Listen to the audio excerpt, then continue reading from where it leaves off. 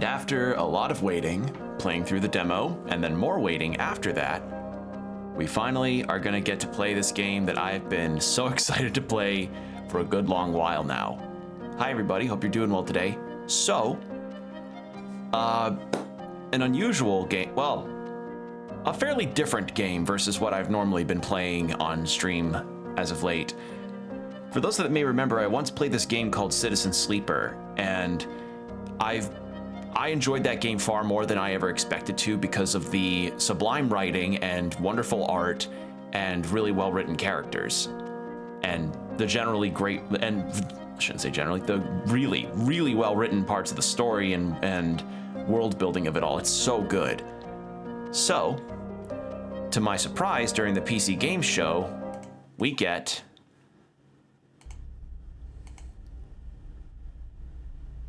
if it'll appear on screen. There we go, Citizen Sleeper 2. So, for those that may remember, I did a showcase of this game's demo last year, and I really liked what I had played. And excitedly now, the game has been out since January, and I haven't had the time to play it yet, but the time is now.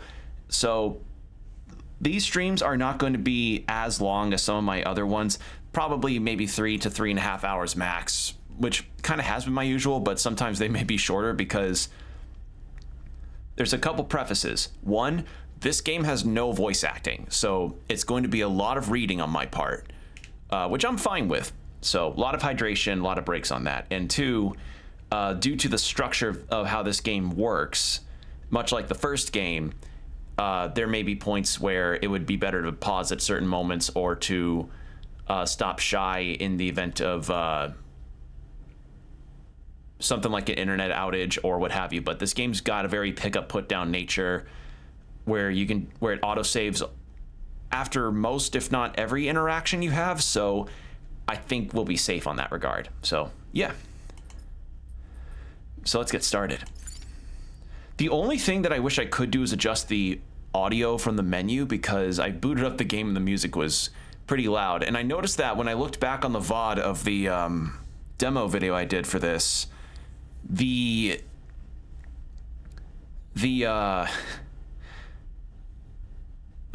audio balance from my voice versus the game was a bit imbalanced, hence why I may sound differently here because I increased the gain on my mic.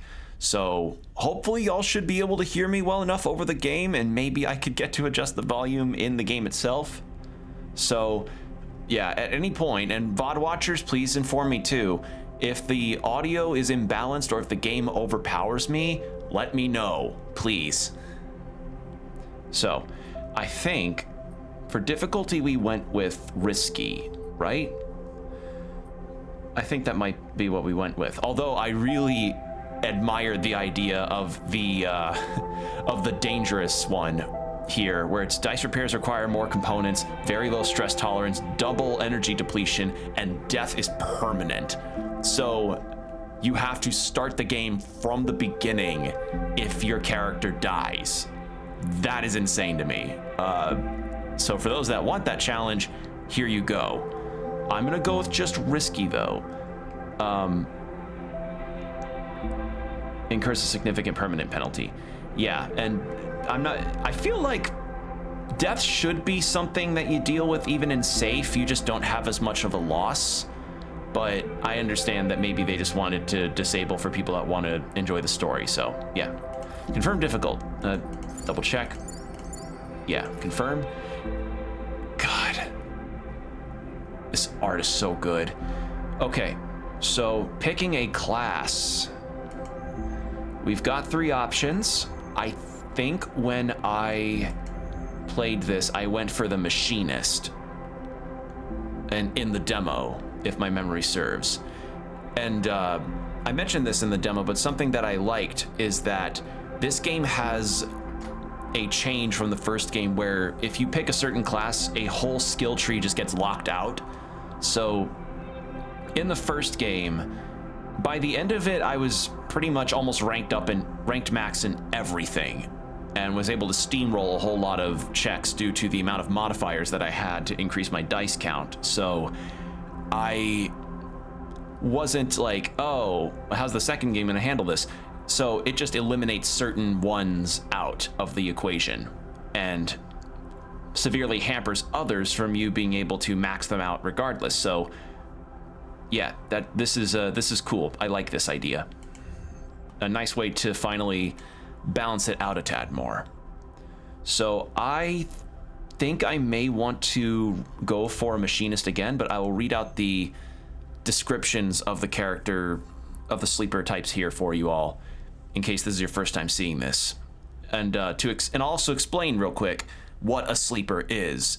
So, in the universe of Citizen Sleeper, corporations have taken over large sections of space, and these corporations, one in particular called SNARP, has more or less indentured servitude in the form of the sleepers here, which are emulated consciousness and memories of people that are being kept in storage somewhere.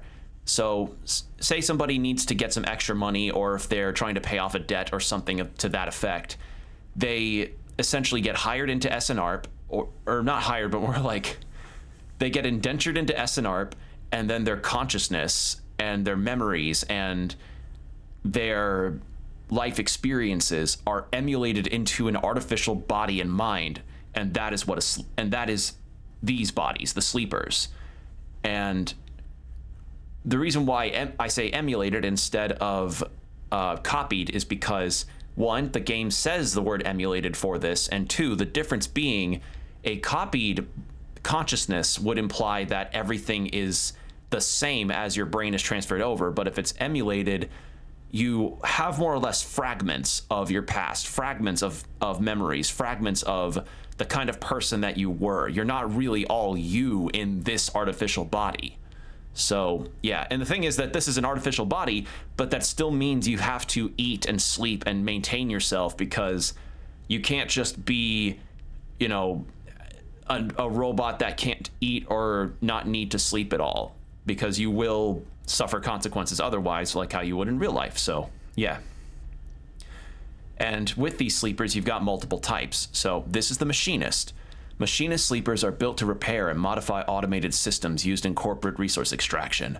Machinists are very skilled engineers, but their isolated work means they often struggle with tasks requiring a direct approach or social engagement. Their focus skills allows them to focus on a single task and boost their dice to excel in it. Sleepers assigned to machinists work are usually diligent, careful, and structured people. And then we have the operator.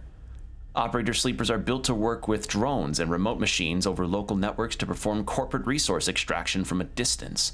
Operators have expertise in working with interferences in computer systems, but are more physically fragile than other sleepers. Their reboot skills allow them to hack their own systems to reroll dice, a risky but potentially powerful move. Sleepers assigned to operator work are usually cerebral and precise people. And then we have extractors. Extractor sleepers are built to work at the coalface of corporate resource extraction, often in hard vacuum environments. Extractors have a high level of physical endurance, but their confidence means they struggle with tasks requiring intuition. Their rally skill allows them to motivate those in their team, boosting their crew dice. Sleepers assigned to extractor work are often confident, self-sufficient, and have a high level of endurance. So I think I went with machinist when I played the demo.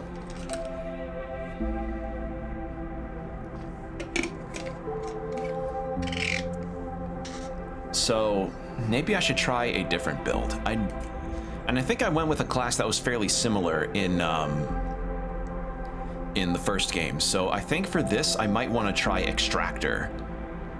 So I don't have as much intuition, but I do have higher endurance, which means I likely have more health, and I have a limited amount of interfacing I can do, because this is a sleeper that is more physical based and not based on software stuff like the operator is.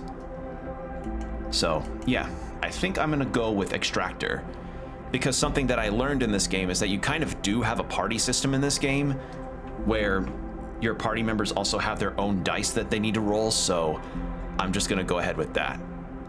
Especially if the rally skill is genuinely helpful. So let's go with this.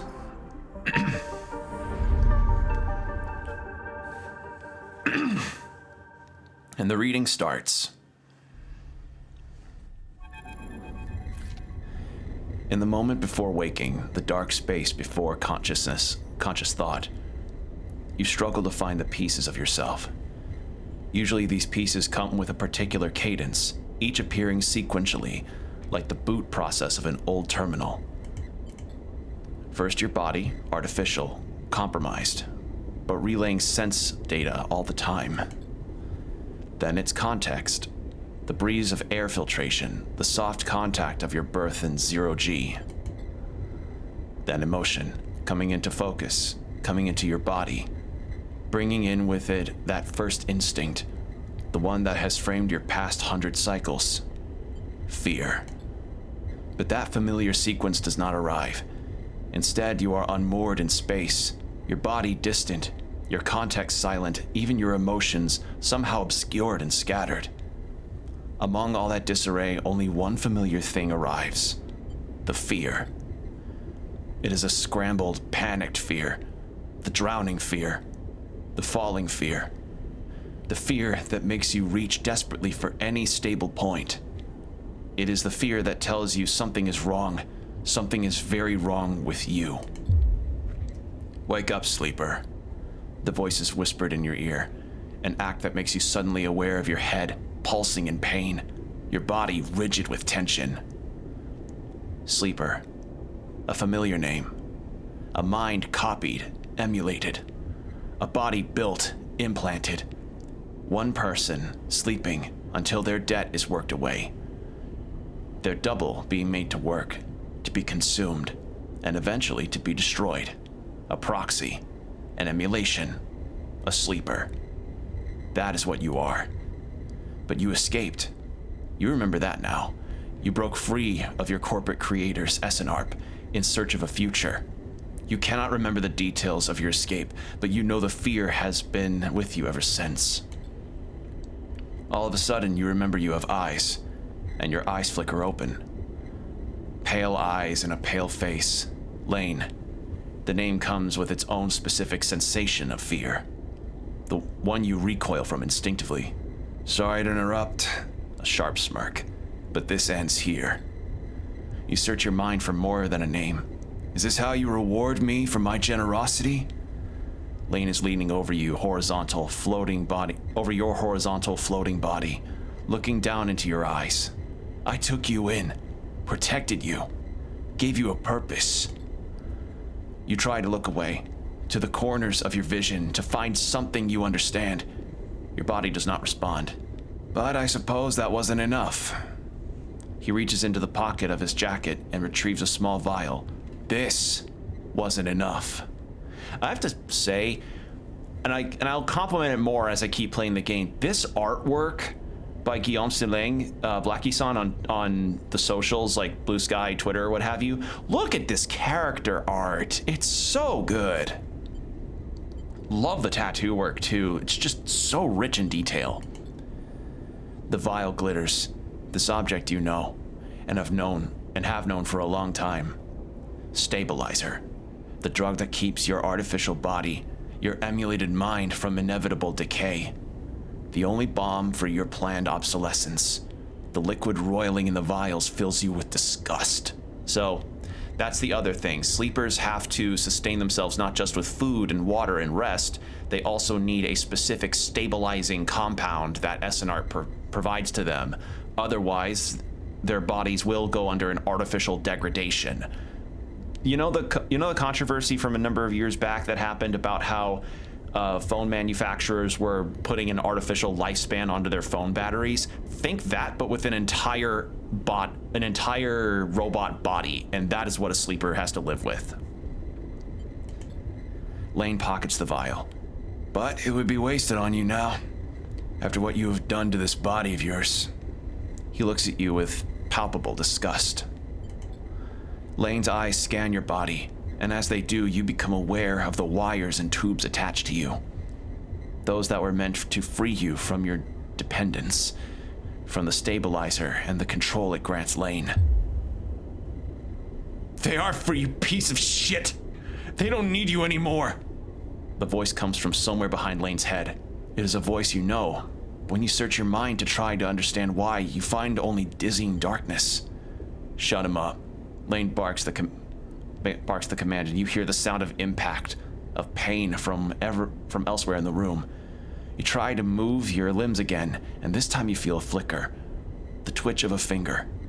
You feel the extension and compression of synthetic muscle. Free, are you? Lane smirks. You were free when I disabled your tracker, when I gave you the stabilizer you needed. He scans your body with angry eyes. Now you aren't free. You were just broken. I had such big plans for you, Sleeper. I invested in you. Lane grips your arm hard and you feel a jolt of reaction. You will the arm to move, but you have ruined all that. Lane speaks louder, over the sound of the struggle behind him. I will try to preserve your body, of course. I have my own uses for it. But your emulation? You feel one of his hands searching behind your head. He finds and grips the thick cable running into the port at the base of your skull. I will burn that out. Lane jerks forward, slamming across your body, then spinning away out of sight. You feel yourself rolling. The cable's plugged into you, looping and wrapping around your limbs. Then you feel hands steadying you, pulling cables. You glance around wildly and see someone diligently unplugging you. You meet his eyes. Hey! He waves a hand in your dazed face. We need to move. Lane won't be out long. He unloops a cable from around your wrist. Sleeper, help me out here. You blink slowly. Do you know this person? He leans over you and you feel his hand on the connector, flicking switches, releasing locks. Come on. He tugs the connector clear and pulls you up. You see the room where you are you see the room you were in for the first time, filled with tech and terminals, wires waving everywhere, all lit by big windows looking out on an impossibly bright, screen-filled street beyond. In the corner, you see the dark shape of a floating body surrounded by a glittering constellation of crimson baubles. Is that blood? Move! You are wrestled and shoved towards the door, which slides open in front of you, and then you are out in all that brightness, all that movement, gliding hard towards some unknown destination. You come to a stop in a dark alley, the one who guided you here pausing to catch his breath. He doubles over beside a massive life support unit and sends a lukewarm breeze across your skin. You stare back at him, trying to recall anything about him. You notice his tattered jacket, his lightweight clothes. You remember this station runs hot. Something about the power that flows through the place. He looks up and meets your eye. What's going on, Sleeper? He wipes sweat from his forehead and it floats away in a swarm of spheres. Talk to me. Who are you? You see a concerned frown across his face. Don't mess with me, Sleeper. That's not funny. He comes closer, eyeing you carefully. What station are we on? He narrows his eyes, waits for an answer. You close your eyes, trying to recall. You force your way through the dark to the image of a station. No, a city. Growing on the back of a vast set of hexagonal solar cells, shadowed by them. You open your eyes. Dark side. The word leaves your mouth like an exhale, an instinct. Before you heard yourself sound it out, you didn't know it was there. He sighs. And me? Who am I? You see something like fear in his eyes. Panic, perhaps. You stare hard at his face. The slight upturn of his mouth, the intensity of his stare. Nothing comes. He closes his eyes and drops his head, putting a hand to his temple. The reboot. He's speaking quietly to himself. Lane interrupted the process and... He lifts his head and stares at you. We need to keep going. We need to leave. He turns and kicks off down the alley. Come on, the rig can't be far. As you are led through the passages and serviceways of the station, you try to recall your life here. The texture, the temperature of Darkside feels familiar, but you struggle to pin specific memories to it. Focusing hard, you recall waking up in these passages, cycle after cycle. The rhymes of the station flowing over you. Or no, the rhythm, not the rhyme, the rhythm and the rhyme. The rhythms of the station flowing over you along with the crowds.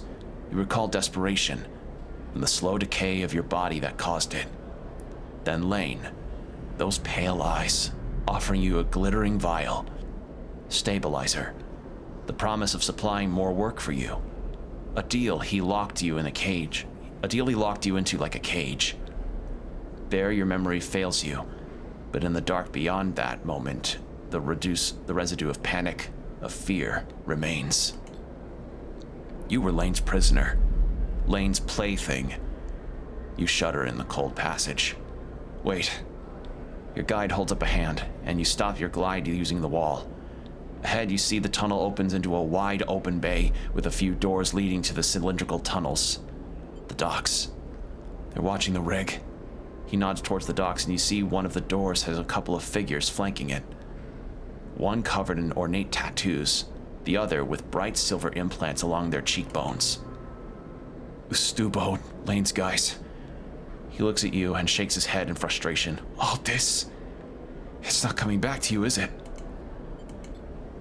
Something catches your eye and you see he is playing with a coin, nervously turning it over and over in his fingers. He sees you looking and slips it away. He places a hand on his chest. I'm Seraphin, all right?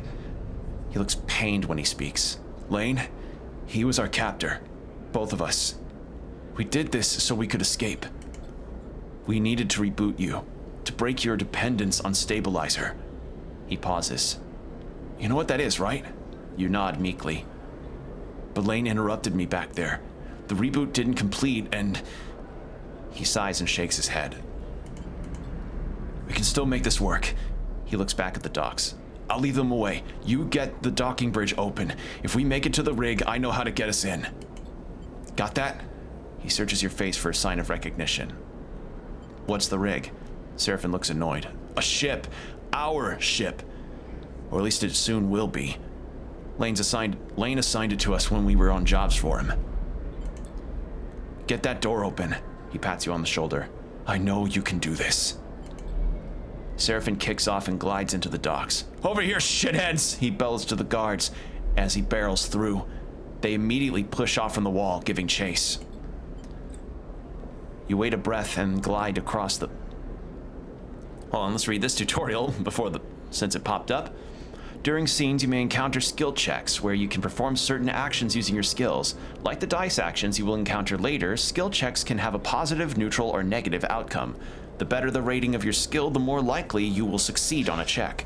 The odds of success are displayed when you select the check. You can see more info in the guide section on the pause menu.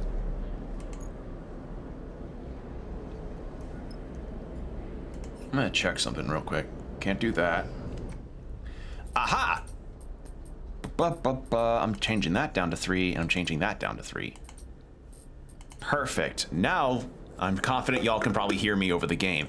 If there's any feedback I can provide, please allow me the ability to change audio settings in the main menu. That's the one bit. All right. You wait a breath, then glide across to the door they were guarding. You look, already panicked, at the tightly sealed door. Its control panel locked out. You hear a shout from somewhere nearby. You need to get it open. So as the tutorial said, this game has a system of negative, neutral, and positive. And that correlates to the dice rolls, which we'll get to when we get my dice. So a negative outcome is you don't do the thing that you set out to do, and you suffer consequences for your failure. A neutral outcome is you did the thing that you were meaning to do, and it was just fine. You know, it was an adequate job. A positive outcome is you not only did the job, but you excelled at it and got a couple extra things after. So, the best way that I can equate it is think like you're at a bar cleaning glasses for the bar, you know, like you're working at a bar and cleaning glasses for the bartender. So a negative outcome on a dice roll with that would be, oh, you didn't do a good job today, you broke a couple glasses and somebody yelled at you and you weren't given as much pay by the end of the day. A neutral outcome is you cleaned the glasses and the customers were fine, normal rowdiness.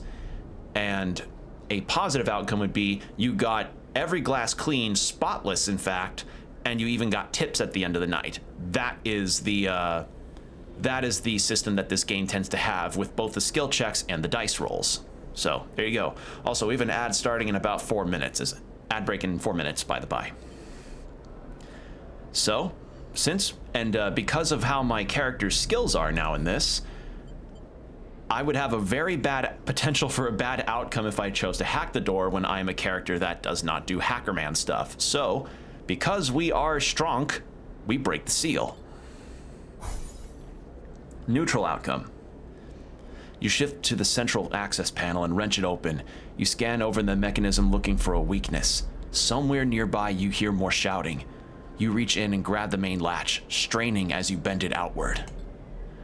The seal releases and you drag the door halfway open. It screeches in its metal frame as you pull. Go, go! Seraphin flies past you through the doorway into the docking tunnel.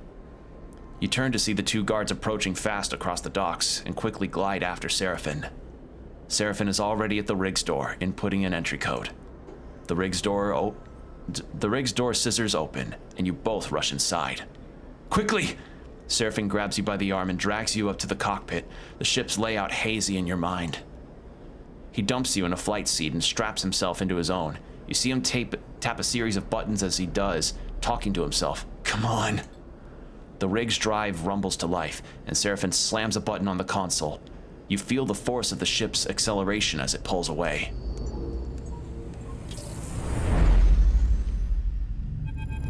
So we were escaping a crime lord. All right. So, before the ad break starts, I'm going to explain the dice system real quick.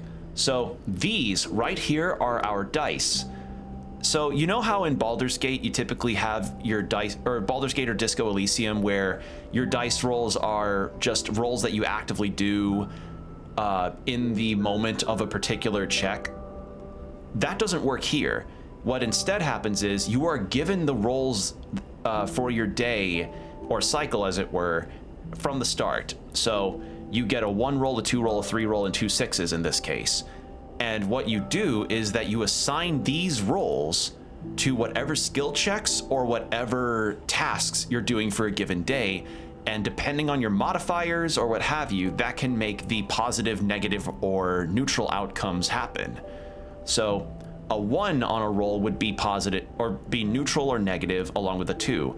A 3 and a 4 is something that is more like neutral to positive, and then 5 and 6 is, and then, or no, it's 3 to 5 that's neutral to positive, and a 6 is always positive.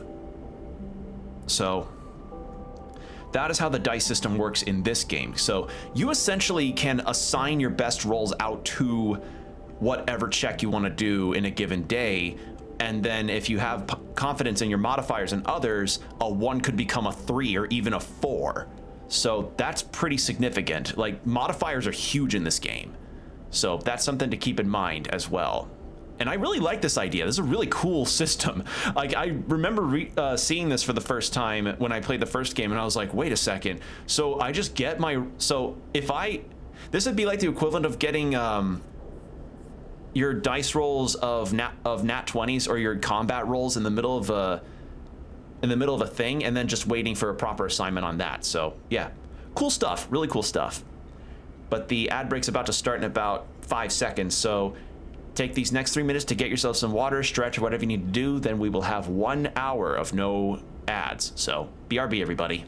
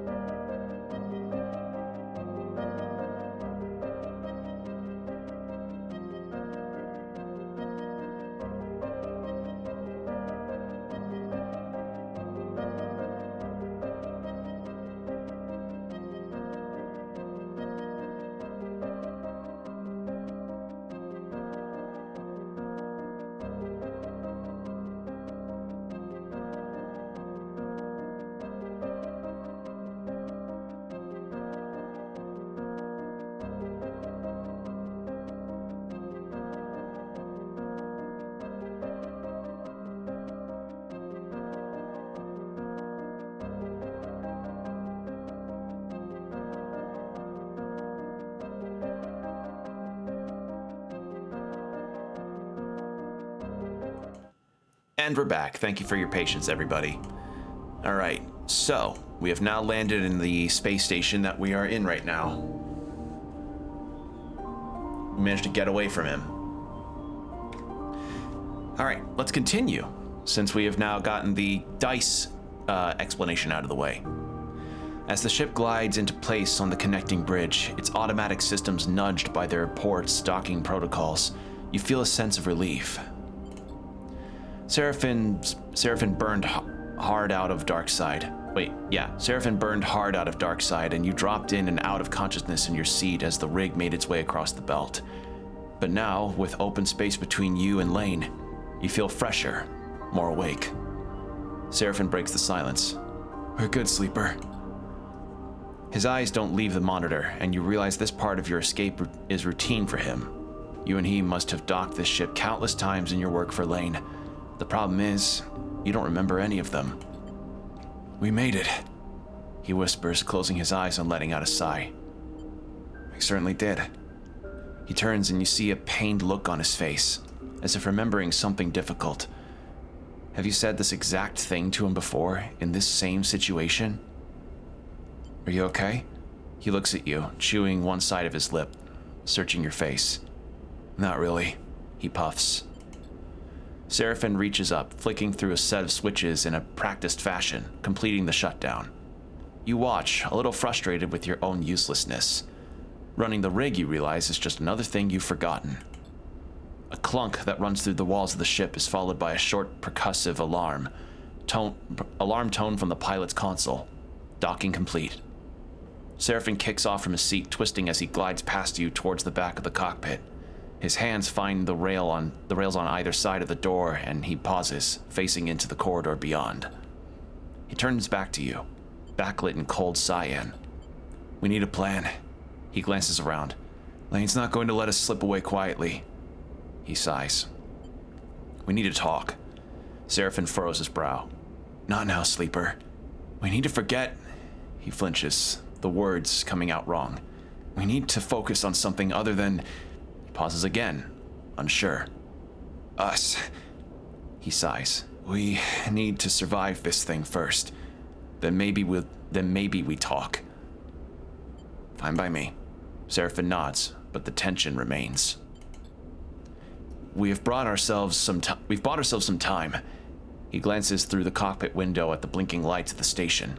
You may not remember Hexport, but I do, and there are plenty of opportunities here for us. If we can keep our heads down. He turns back to the corridor. That's what we'll do. He pushes off and glides towards the main lock, and you follow, pulling yourself along hand over hand in 0G.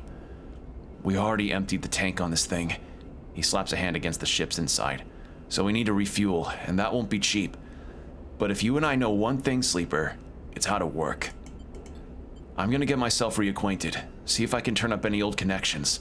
People that might throw us an easy contract. You... He glances back over his shoulder. You keep out of trouble.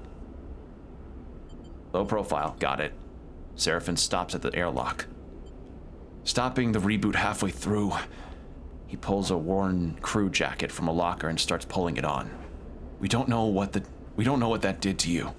He jams an arm into a sleeve. I don't want you passing out in... He stops. I'll be fine. Seraphim drops his head, swearing to himself. He grabs another crew jacket and thrusts it at you. Just put the damn hood up, will you? You take it and slip it on. Thank you. Seraphim nods. He stabs at the button to open the lock. The inner door hisses open and Seraphim glides through. Wait for a little bit and then leave. Anyone looking for us will be looking for two people traveling together. He looks at you in your worn crew jacket, a limited disguise for what is clearly a sleeper. We meet back here later. Any trouble? Same thing. Meet here. He surveys your disguise again and shakes his head. This is a shitty idea. He gives you one last look. Maybe find yourself something to eat. Suddenly you recognize Seraphim's instinct to look after you. A flash of a relationship now lost to the reboot. Catch. Seraphim throws a handful of something towards you. You manage to grab the projectiles, and when you open your hand, you see a stack of cryo chits. Those should get you some food. We'll need some more fuel and supplies. He grimaces. That means odd jobs on the station for both of us. Seraphine kicks off and glides down the docking bridge. Don't go too far, all right? He shouts as he leaves. Take it slow. And with that, he is gone, leaving the connecting bridge and heading into Hexport's docking concourse. You wait for a moment in silence. Let's make a plan. You try to think ahead to what might be coming. You'll need work. That's the first step. But what then? Lane will be coming eventually. The sooner you can put some distance between you and Hexport, the better. So that's the plan. Rest, resupply, and run. You shake the thought from your head and pull the jacket tight. Let's see what Hexport has to offer you. You kick off and glide into the port. All right. Welcome to Citizen Sleeper 2 Starward Vector. The game runs in cycles during which you can perform actions with your dice, use cryo to buy food, fuel, supplies, and items, progress clocks towards new scenes and events. You can review tutorials at any time in the guide section of the pause menu. So, here we have our objectives and stuff we need to gather, like supplies and fuel, and our money, which is called cryo. These are my skill trees. This is me. And welcome to the character screen. Here you can upgrade and configure your sleeper. On the left, you can upgrade your skills to improve the skill modifier applied to your dice when you undertake an action. To the right, you can upgrade your push, the unique ability of your class. When upgrading your push, only one upgrade at each level can be active at once. You can configure which upgrade is active only while at the hub. So the push thing is new to this game, so I don't really know how it works per se. My guess is that it's just a passive ability that you activate. So, yeah, I don't really... So I guess I have to have skill points to activate it. So we get skill points by leveling up and doing quests. So that is how the RPG aspect of things plays into this. And what it meant by running by a clock in this game is this. You see this outlined circle here near the rig? This is the amount of cycles it takes for an event to happen. So we need to be able to get out of here before Lane catches up to us, right? Well, these are the days and cycles counted towards, or this is more like the progress and days counted towards when Lane would find us. So the way that the clock system works is that it also runs through the check system where, say you'll be doing an event where you're about to meet a new character, or if you need to make progress at a certain point to get to a story moment, you'll have a bar like this around that icon, and your rolls will determine how much progress you make in that. So, yeah, a lot of stuff. So, let's go to the Hexport Exchange. In Citizen Sleeper 2, you can perform actions by assigning action dice to them. The higher the dice you assign, the more likely you will succeed at an action, but your dice will be modified by your skill. Your skill modifier for the action is displayed on the right and will reduce or increase the value of the dice assigned to the action. Like skill checks, dice actions have 3 outcomes: positive, negative, and neutral. Each action is also rated safe, risky, or dangerous, much like the difficulty selections at the start of the game. Based on the outcome it has, the more dangerous an action is, the more significant both its rewards and consequences are.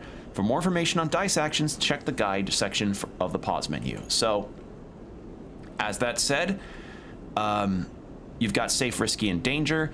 Danger jobs just provide the best outcome, but you do not get but the consequences of failing them is severe, like really bad. So what I was mentioning earlier about a bar like the clock system, this is what I mean. You learn the rules of the exchange, you progress this bar, and then you move on to something else.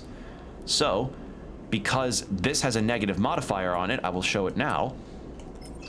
That is 2 whole dice rolls down from a 3. So it goes from a 3 to a 1 because my interface is bad due to the type of sleeper I am. And if I go take this 2 to this engineering thing, it doesn't change because I have no modifier to it.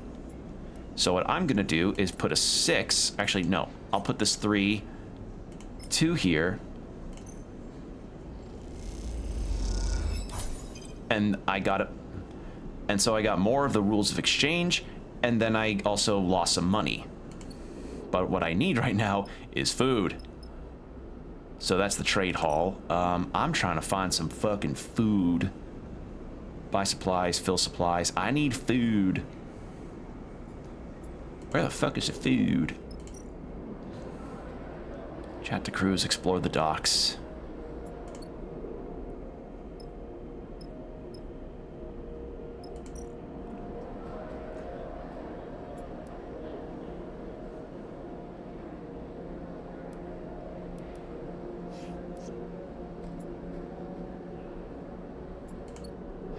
Yeah, I'm probably not going to add the 2 and the 1 in unless it's something different. So I need 5 fuel and 5 supplies. So I've got 2 supplies, no fuel.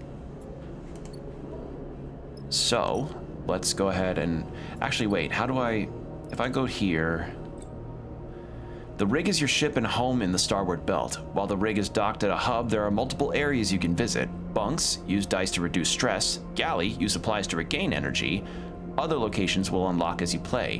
While the rig is in dock at a hub, your crew will also help to gather resources and contribute to the upkeep of the ship. You can choose wisely. You can choose which resources they should focus on in the crew task menu on the left. They have a random chance of acquiring it at the beginning of the following cycle. So, yeah, as I said, you get a crew and party members and stuff. So Seraphine is doing odd jobs. Yeah. So I want to make a meal. Actually, I probably don't need to right now. We're actually fine with what we've got, I would say. I don't want to end the cycle. Let's go back. I want to instead, let's see, 25 to get 5 fuel, most likely. Instead, I'm not gonna use my 2 here. Well, maybe I should. Not on a danger, no. Trade scrap. So yeah, 100% positive outcome for 6s.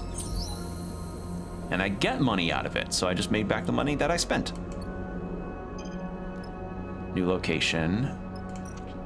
The kitchen. And here we go. So I'll go ahead and make the purchase. So now we're filled up.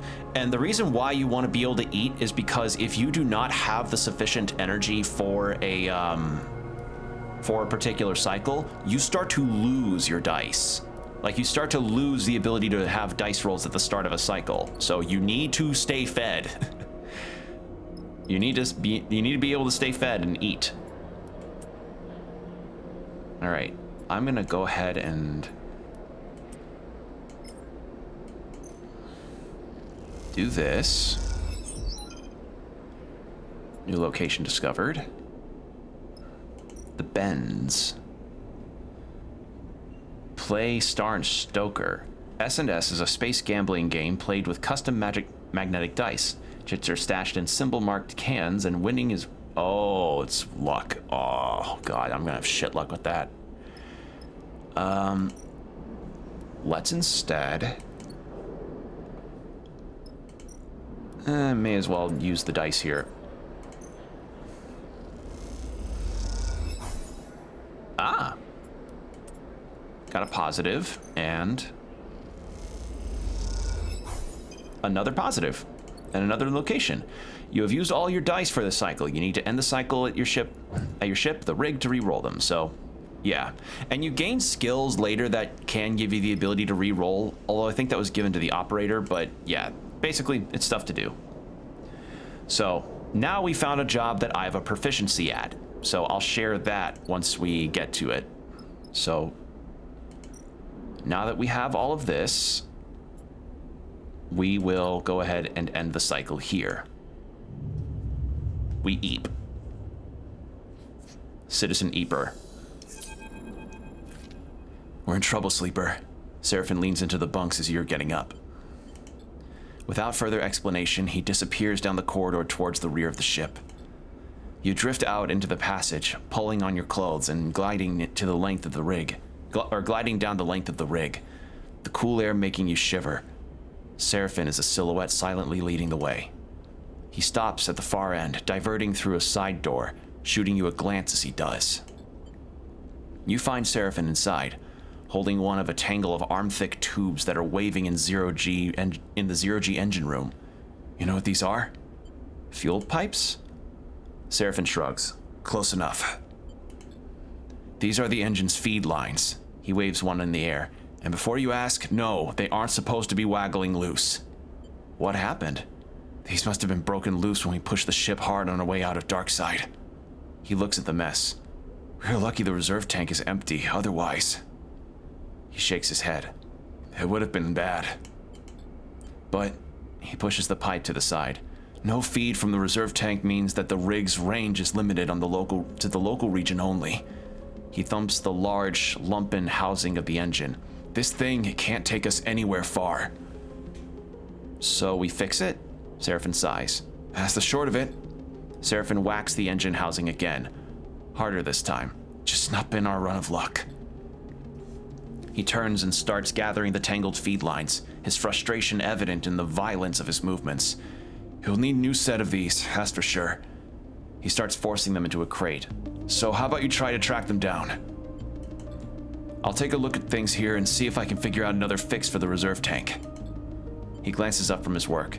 From what I've heard on Hexport, Factory Row is the place to find ship filters. Maybe you can do some recon while I sort this place out. It's on the other end of the station. All right, I'll take a look. Seraphin keeps working. Wait.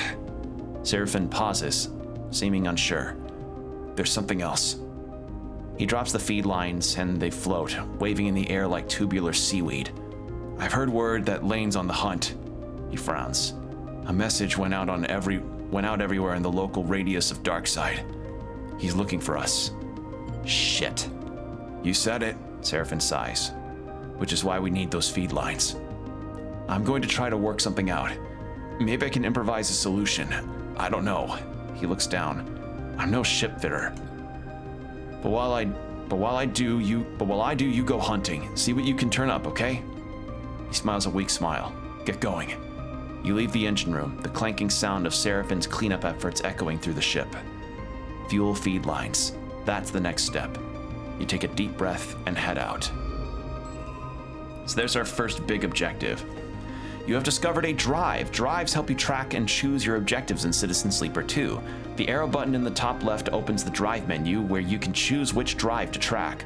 Once a drive is tracked, a yellow marker will be placed above any location that relates to that drive. Drives come in two types, major and minor. On completion, a major drive awards 2 upgrade points, and a minor rewards 1. Keep an eye on the drive menu as you progress to see what new opportunities and objectives are available, and track those you want to pursue. So, drives are essentially your quests. Can you tell that this feels very inspired by tabletop? I really like this. In fact, I learned apparently that the developer of this game said that their next objective that they want to do is to actually full-on make a tabletop system. At least I think so. Correct me if I'm wrong. All right, so we've got a pretty good spread of dice today. We've got a 4, a 2, a 3, a 5, and a 5. So we can go to Factory Row now, but I want to at least get a little money. So let's get some of this. So yeah, that went from a 2 to a 3 since I'm proficient in the thing that's there. So yeah, that's how that works. Oh boy, earning money is slow. And I need 2 more to get the fuel that we need. So, nah, I'm not taking the Intuit. No. I imagine that does have a high payout potentially, but I'm not taking that one. All right, and then we'll do this to fill this out more. All right.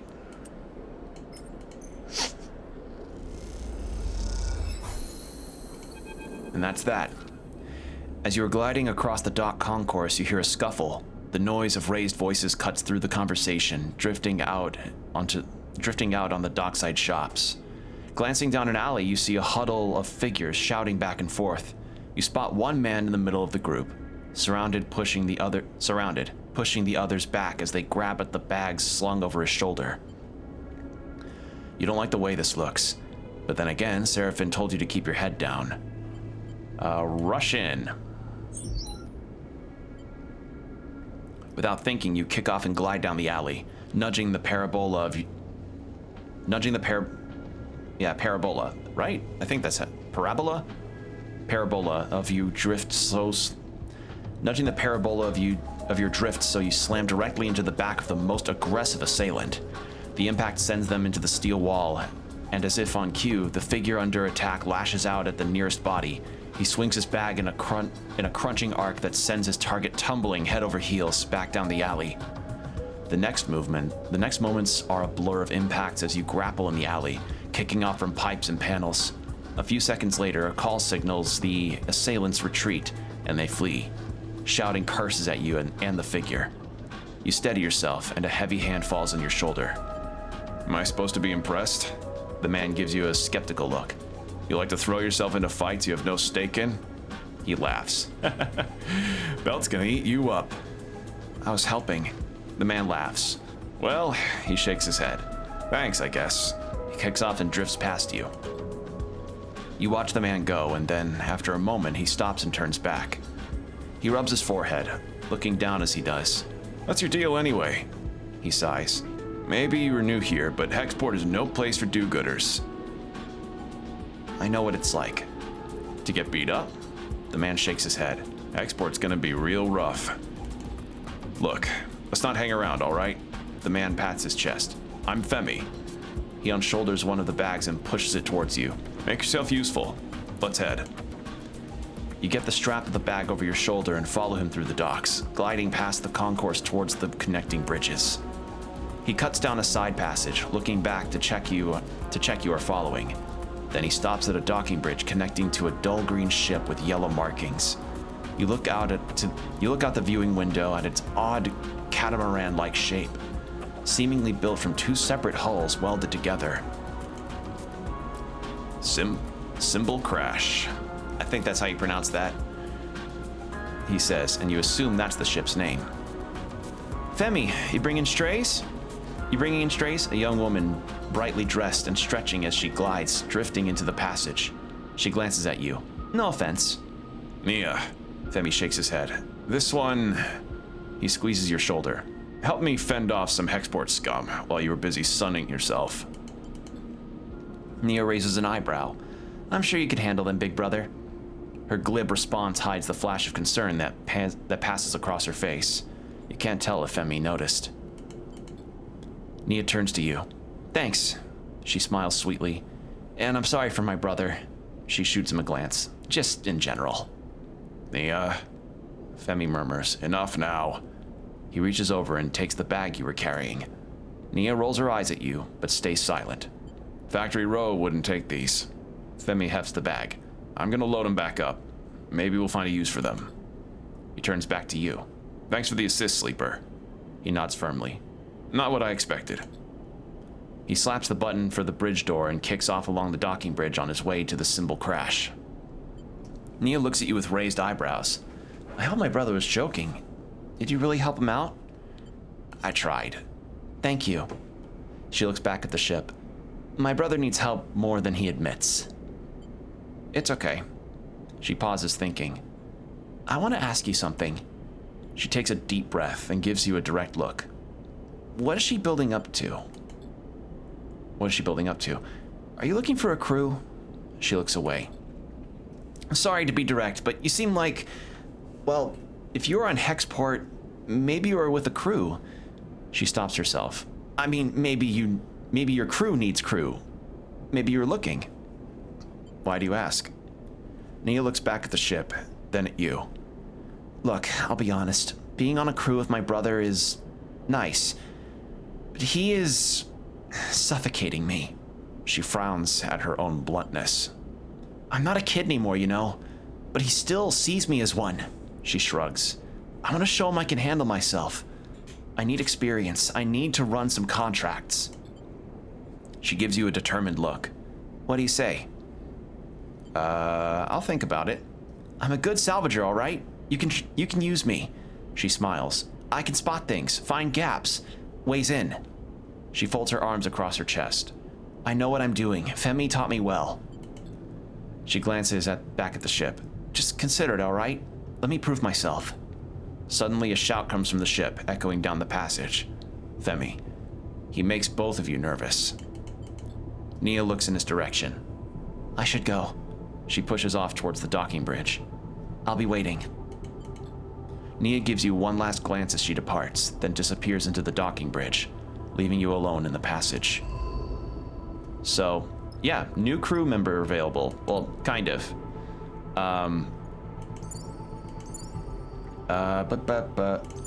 So we're gonna do that to get some...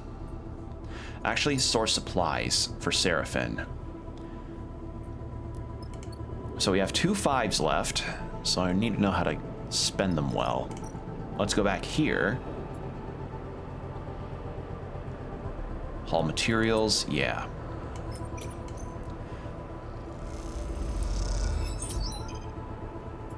Oh yeah. And then a scrap.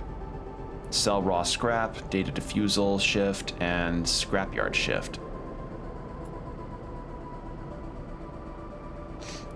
Let's do this, and then... Oh yeah, big money. And with that, all of our dice are used up here. So yeah, this leads the game to have a very good pick-up, put-down kind of nature. Hence why the first game's actually on Switch. So if you want to get that, you can. Like, it's available on all platforms, and I imagine this game may follow suit on that front. And I would recommend it because it's very good.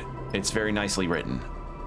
All right, so let's go for 42. We could get some fucking supplies, but we need the fuel, so fill fuel. Yay! Dunzo. So that's done. And we'll get some supplies while we're here. All right, so the fuel's done. And I need the feed lines, so we need to figure out how to do that. And we are basically done for the day, so end cycle.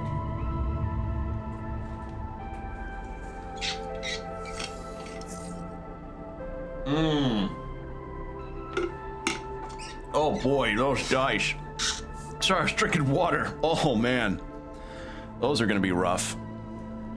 Okay, so a 1, a 2, a 4, and 2 6s. Oh. Okay.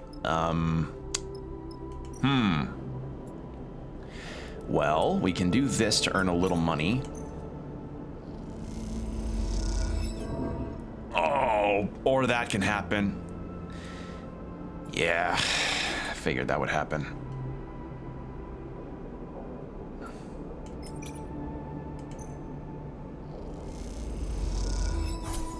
There we go. A little scratch. How much was food? 13 buck. How about buy a Ben's fry, a plastic bag of flash fried salt flecked tubers. The Ben's fries bring spacers back to the scattered tables of the bar cycle after cycle. So like onion straws? All right. And let's go ahead and spend some stuff here. Big money. And let's actually use a 4 here to get that 5. Yeah! Factory Row howls as you glide through its cramped passages. Whatever its many bays and rooms once were, they now serve as containers for industry of every kind. Whirring manufactories, not factories, manufactories precisely engineer components with rapidly shitting arms. God, I need to not read so fast. Wearing manufactories precisely engineer components with rapidly shifting arms, while scrappers hammer incessantly at bent ship plates. Everywhere you look, there's energy and activity, and for good reason. Hexport itself is built on the derelict fragments of a solar reflector, and even the small amount of energy generated by its remaining mirrors is enough to power a city of machines. So, the situation with Citizen Sleeper's world is that this arm of the galaxy has more or less been put under corporate rule, and those corporate rules have since, like, come into power, lost the power, and it's just essentially scraps of solar panels and satellites everywhere. And people are just trying to eke out a living amongst the remnants of corporate rule, while other corporate rule still exists, but it's not entirely dictating everything. Hence why people are able to eke out livings here on a derelict solar panel. Well, not derelict fragments of solar reflectors, or in the first game there was a satellite that could end up having its own little green pathway. So yeah, it's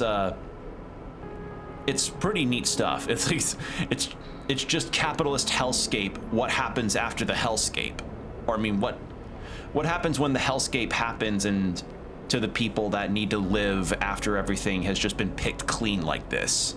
So it's good. It's really good stuff.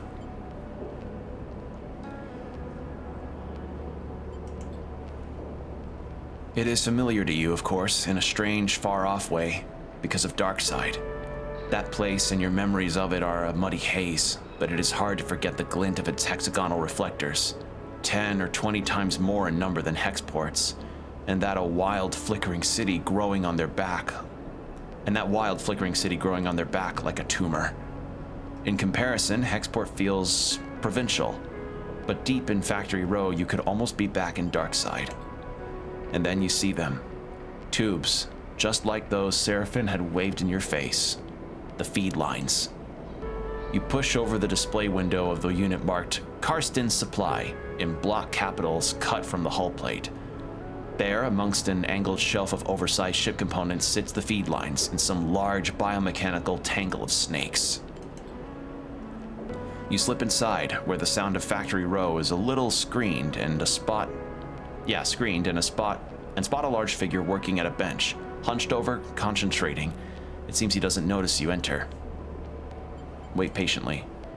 You let him work, watching as, despite his heavy build, he delicately aligns the components, their layers slotting like puzzle pieces.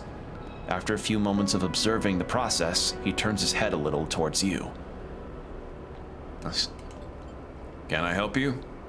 His accent is heavy, but unknown to you. Accent, what should I do for this guy? Those feed lines. How much? There's a sharp clink as Karsten places his tools and the components against a magnetic plate on the wall. He turns with surprising grace and begins cleaning his hands on a cloth. Those sharp eyes scan you, but Karsten's thick-set features do not betray the result of his assessment. Custom builds those, for a client that never collected. He looks at his hands while he speaks, checking for stray oil stains. You have one of those old MEVs then? He sounds out the letters, or MEVs then. He sounds out the letters in a way you don't recognize as he speaks. You try to recall anything you know about your ship, but the memories elude you. Perhaps Seraphin should have come along. That's right. Karsten nods. Always good to see one of those still running. Look. Karsten drifts over to where you are standing, his imposing height evident. For a fellow enthusiast like you, he continues in a distinctive monotone. Let's say a few hundred cryo on clean chits. He shoots a glance at the feed lines. 400, let's say, to be precise. I don't have 400. Karsten looks you up and down and sniffs. It's expensive, I know. It's a shame, but it's just what they are worth. He screws up his mouth a little, into something that might be a smile. However, I am more of the bartering type myself. I remember where this goes after the demo. Barter sounds good. Karsten nods sagely. There's a little favor I need a crew for, and, well, you look like you might be a good fit. He tucks the cloth away in a pocket and clasps his hands. I know of an old Solheim wreck out there. Very old, pre-collapse. It's tucked away in a dead zone, so no one has ever really cut it. He shrugs. Not only that, but Solheim derelicts have a habit of triggering nasty security protocols when approached by an unfamiliar ship, so it's been left well alone. But a salvager like you, with an old Solheim rig, I bet it wouldn't even flinch if it saw you coming. He smiles. I have a special interest. A need for that old tech. All those Solheim ships had a data core, and while I don't care about the accounting reports or material ledgers or whatever they kept on the damn thing, I do care about the hardware. So, if I was to find you back here with that data core in your cargo hold, clean cut and complete, well then, I could see my way to doing a straight barter for those feed lines. Fun detail that I like on this guy's portrait, he's missing the top part of his right middle finger. Like, just, that's a nice detail. There's just so many good details here. The little cigarettes in his sleeve there, his glasses floating away. Let's see, I'm trying to see any other cool details in this. It's just, it's so good. It's so good. I love this art. Karsten pauses, sniffing at the air again. You just need the coordinates. Simple as that? Simple as that, He repeats in his monotone way. So, you interested? He glances back at his workbench. Because I am a busy man. I'll do it. All right then. He holds out a heavy hand for you to shake, and as you automatically reach out, he grabs your forearm instead. Karsten pulls you closer, squeezing your arm. Let's keep this one between us, all right? He half smiles, his face huge and close. It's our deal. Before you can respond, he thumbs a little drive in your palm. Those coordinates. And then he lets go of your arm with what you swear is a wink. You take a moment to gather yourself, and by the time you do, a whirring fills the air, Karsten having returned to his workbench. You turn and glide out of Karsten's supply with a growing mix of anxiety and excitement in the pit of your stomach, and the cacophony of Factory Row in your ears. A contract. Seraphim might even be impressed. You look at the drive in your palm and smile. This could be a route out. You think of leaving this place behind, in possession of an improved ship, too. Suddenly, a small but firm hand falls on your back, an equally small voice coming with it. Hey, wait up!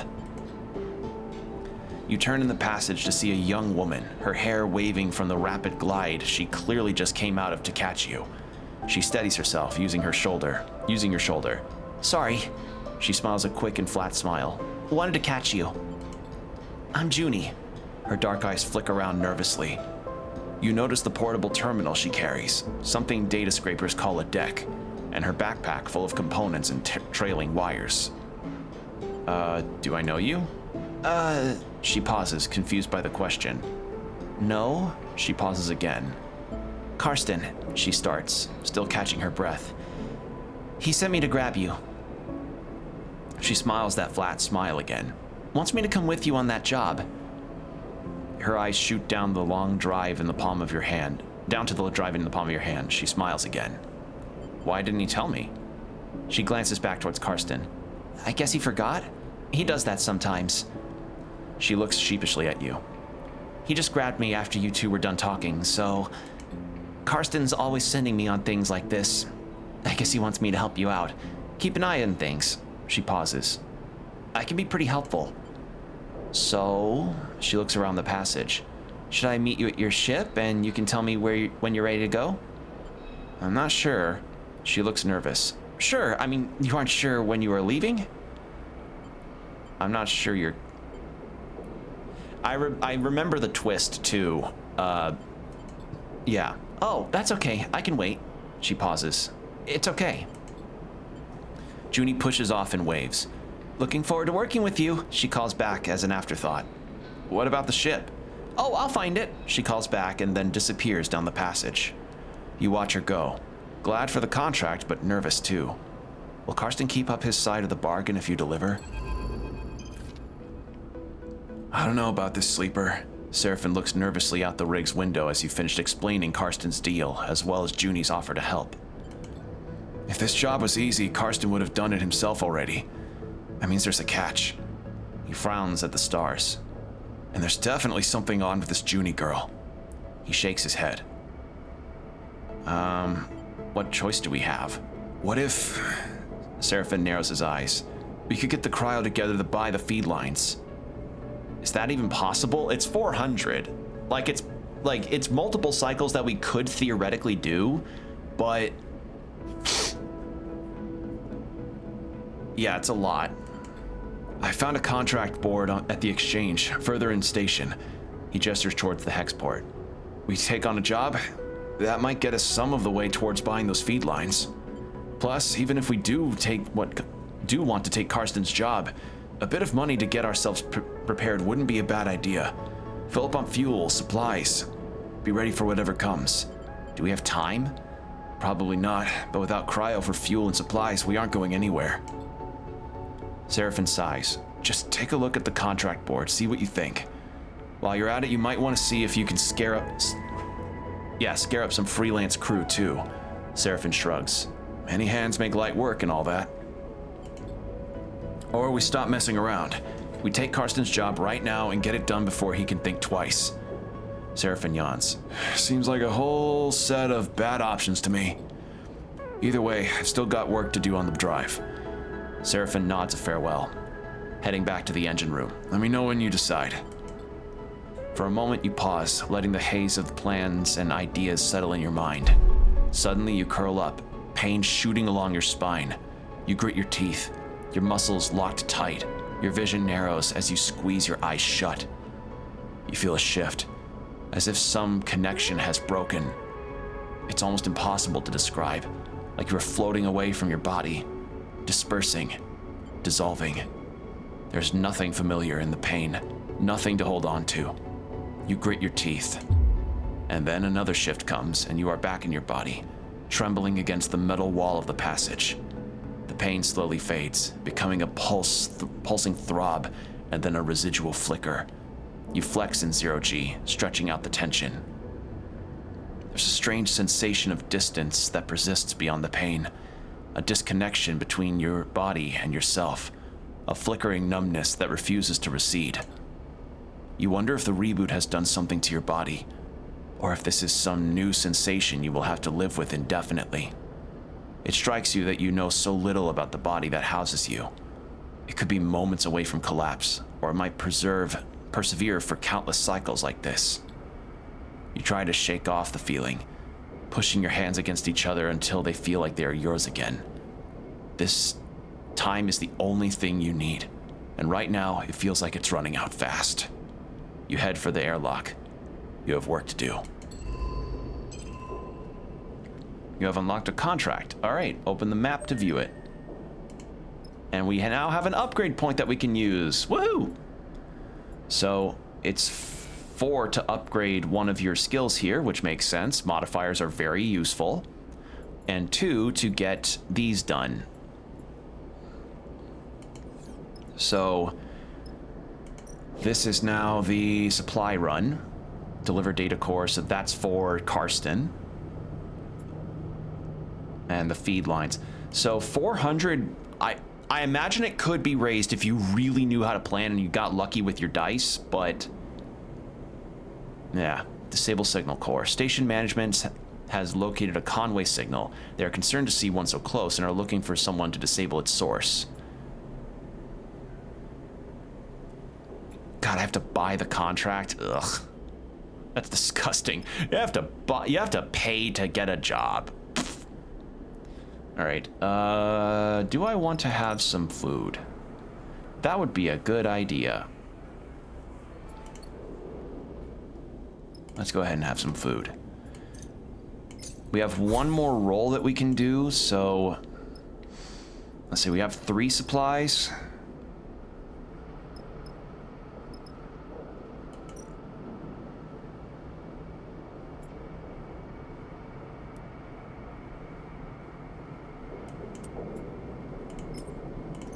Might as well do this.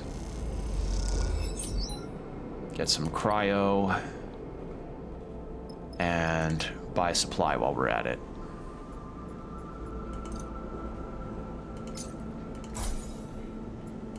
All right, 4 supplies.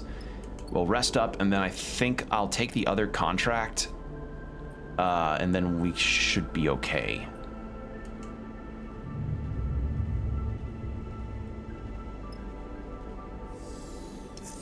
There we go.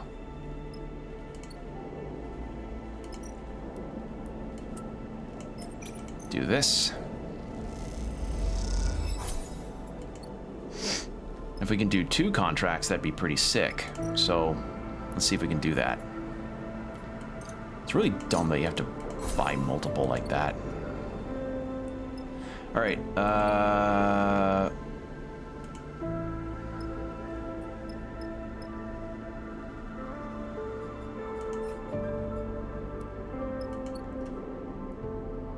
All right. So Lane is hunting you. All right. What else can we do here? Nothing else. All right. So this is the other thing that makes this game very distinct from the first in terms of its stuff you can do. So you have a big old map that you have to go to certain spots to take care of things. Contracts are high-risk, high-reward jobs that you and your crew can take on. Contracts require preparation and care to succeed. You'll need to gather enough fuel to travel to the contract. Gather as many supplies as you can afford to keep you and your crew going. Look for opportunities to recruit crew temporarily or permanently to help you on a contract. Consider which crew to take carefully. They have different skills and stress resistances, and who you choose can affect the story. Once you are ready, you can select the contract from the map and then your crew to proceed. So we can do both of these. I want to do the Conway signal. Oh boy, that takes a lot of fuel. Now what I wonder, I imagine it's probably just like 3 just for there and back. So let's do the risky job first just to get this done. And yeah, now we have Nia and Junie and Seraphin. So Junie's not available. She's probably only going to be here for the Karsten job. So let's do this.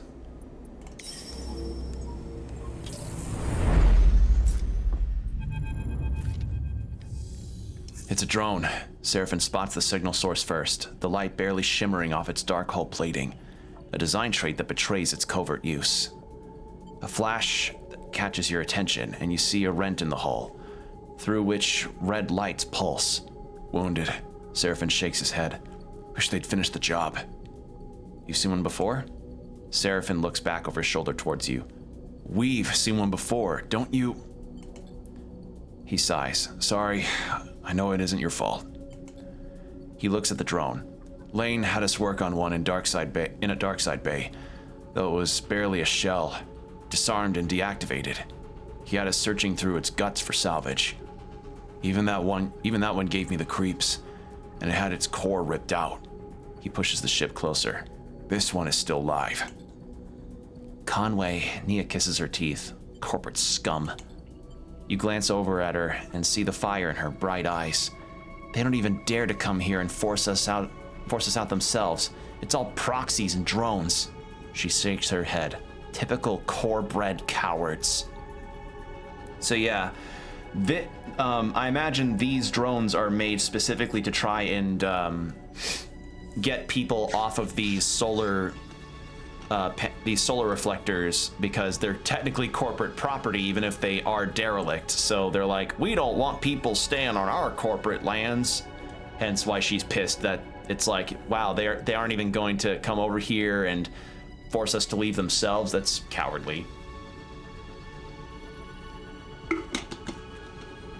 Run into them before? She glances at you. You might say that. She looks out at the drone. You won't see me taking my eyes off that thing for a second. Seraphin carefully glides the ship closer. You watch the drone. System is full of these things now, running missions for their operators. Rare to see one out in the belt, though. Maybe got hit during a run-in with Senate Stat Mercs. It looks like it's drifting. Most of the system's blown out, but look there. He jabs a finger towards a red light on the far side of the drone. It's still broadcasting, maybe even receiving. Can it attack us? Unlikely, Seraphin smiles. We would have blasted us if it could. So, the danger here is that they don't want the signal here to send Conway a signal of like, hey, there's people here. Comforting, Nia looks nervous. Seraphin brings you even closer. What I remember from the dark side job is that the central core and the broadcast array need to be shut off to kill these things. Core will turn off local systems, and the broadcast array will sever the link with the Conway operators. Seraphin swallows. But you can bet those systems are protected. Let Seraphin explain. Your attention is suddenly drawn by a shudder from the drone, like a tremor running along its length. This thing is rigged to blow, Sleeper. He frowns. We go slow and careful, and we don't touch anything we don't know about. He turns back to Nia. You hear that? I got you. She looks sincere. Seraphin brings the rig to a stop, close enough for you to cross through open space to reach the drone's hull. Let's suit up. You head down the airlock to prepare. As you get suited up, you think of the corporate war taking place in the inner system, the war that this drone was driven from. Out here, on the shore of the conflict, the biggest danger is that this flotsam and jetsam drifting in with the tides and orbits of the system might, one cycle, bring the war with it. For now, the belt is outside of its reach, but looking out at the red pulsing drone, that doesn't give you much comfort. All right. Also, we have an ad break starting in about 4.5 minutes as a heads up.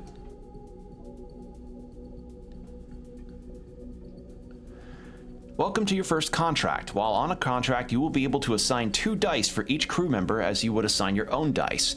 Pay attention to the crew's skills and to use them effectively. On certain outcomes, crew will take crew stress. When their stress is full, you will no longer be able to use them to perform actions. While on a contract, your energy bar will automatically be supplied for each cycle that you have available supplies. When your supplies are depleted, both you and your crew will take 1 stress per cycle. Contracts also have their own contract stress. When this bar is filled, the contract will fail. Good luck. So, good dice immediately. Look at that, a 3 and a 5 and 2 4s. All right. Oh God, my dice. Oh, that really fucking hurts. Oh no. All right.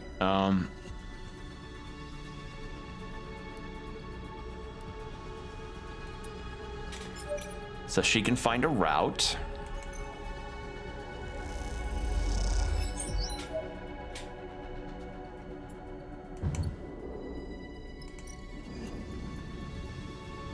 Oh Lord. Look at that. Oh.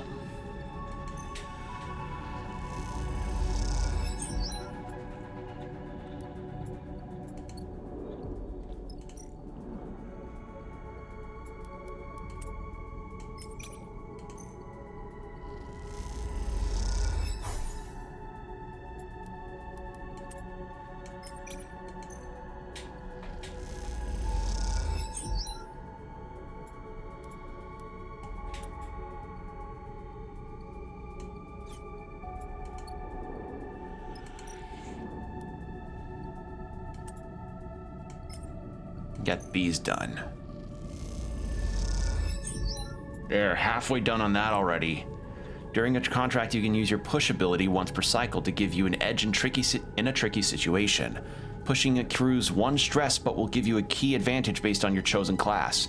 You can see your current push configuration if you hold your mouse over the button and on the character screen. Your push cannot be used at a hub, but when at a hub, it can be upgraded and configured in the character screen. Or configured. Okay, there's the push. So,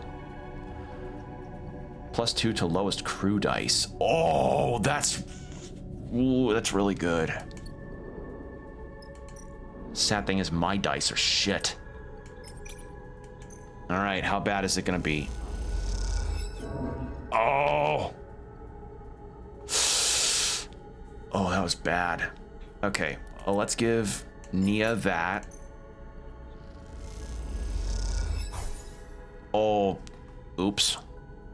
Okay, and then Seraphin.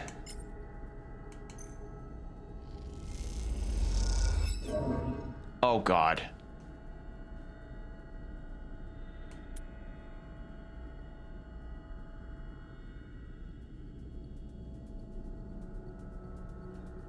May as well.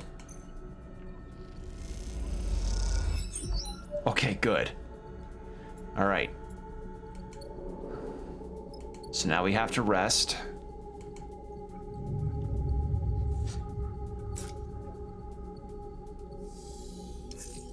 Okay. Oh, God. Whoa. Whoa, that's a... Oh, those dice. Whoo, okay. May have to do the push now, actually.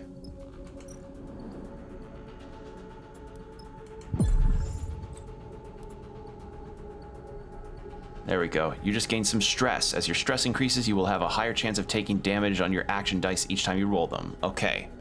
But the ads are about to start, so let's go ahead and take our 3-minute ad break. 1 hour of no pre-rolls afterwards, so get some water, stretch, use the restroom, whatever you need to do, and we'll be right back.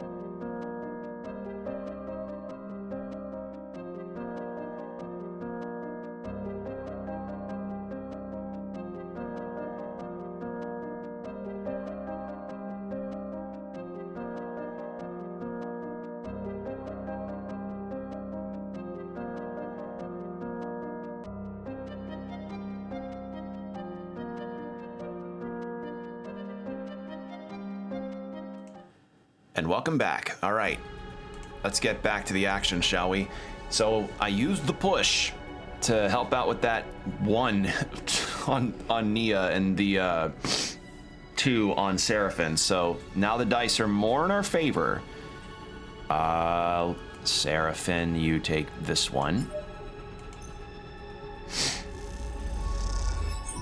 And then Nia, you can do a positive, and that will work out great for us. Start action.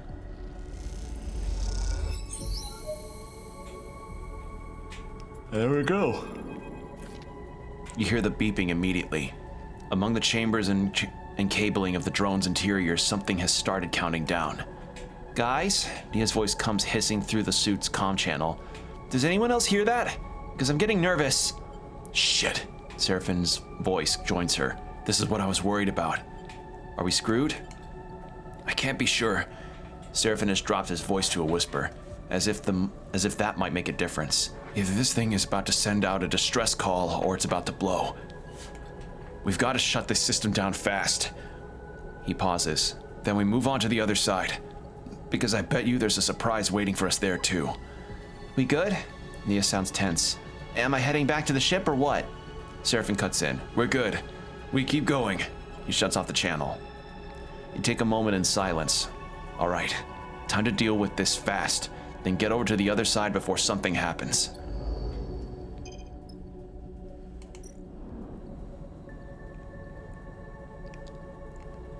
Oh, God. All bad for... Oh, no. Oh, I don't have interface. Well, this sucks. No one on the crew has an interface skill. Oh, no. That takes it down to a fucking 2. All right.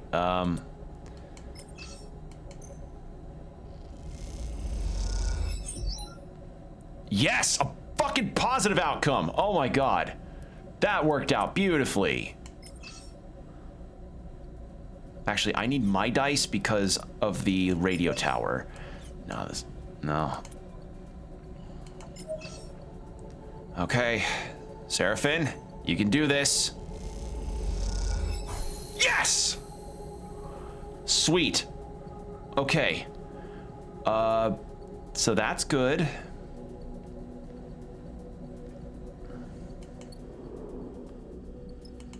Whew. And now my dice come in.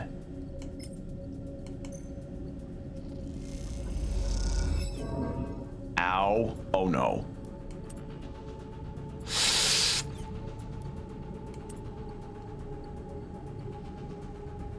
I think... Rigged to blow. Shit. I think we should...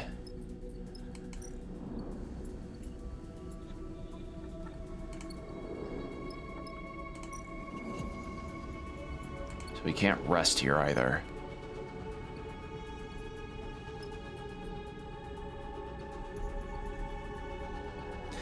It's not gonna help if they have dice either because of the signal. We're gonna end this cycle because better, much better. Oh God, they're dice. Okay, but I can do it once per cycle, which is fine. The push. All right. Whew, okay. I needed some 6s. There we go. New location discovered.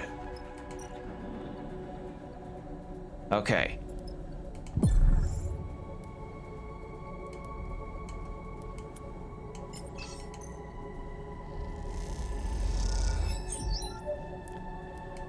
And with this, hopefully that should end it, right? Yeah, baby!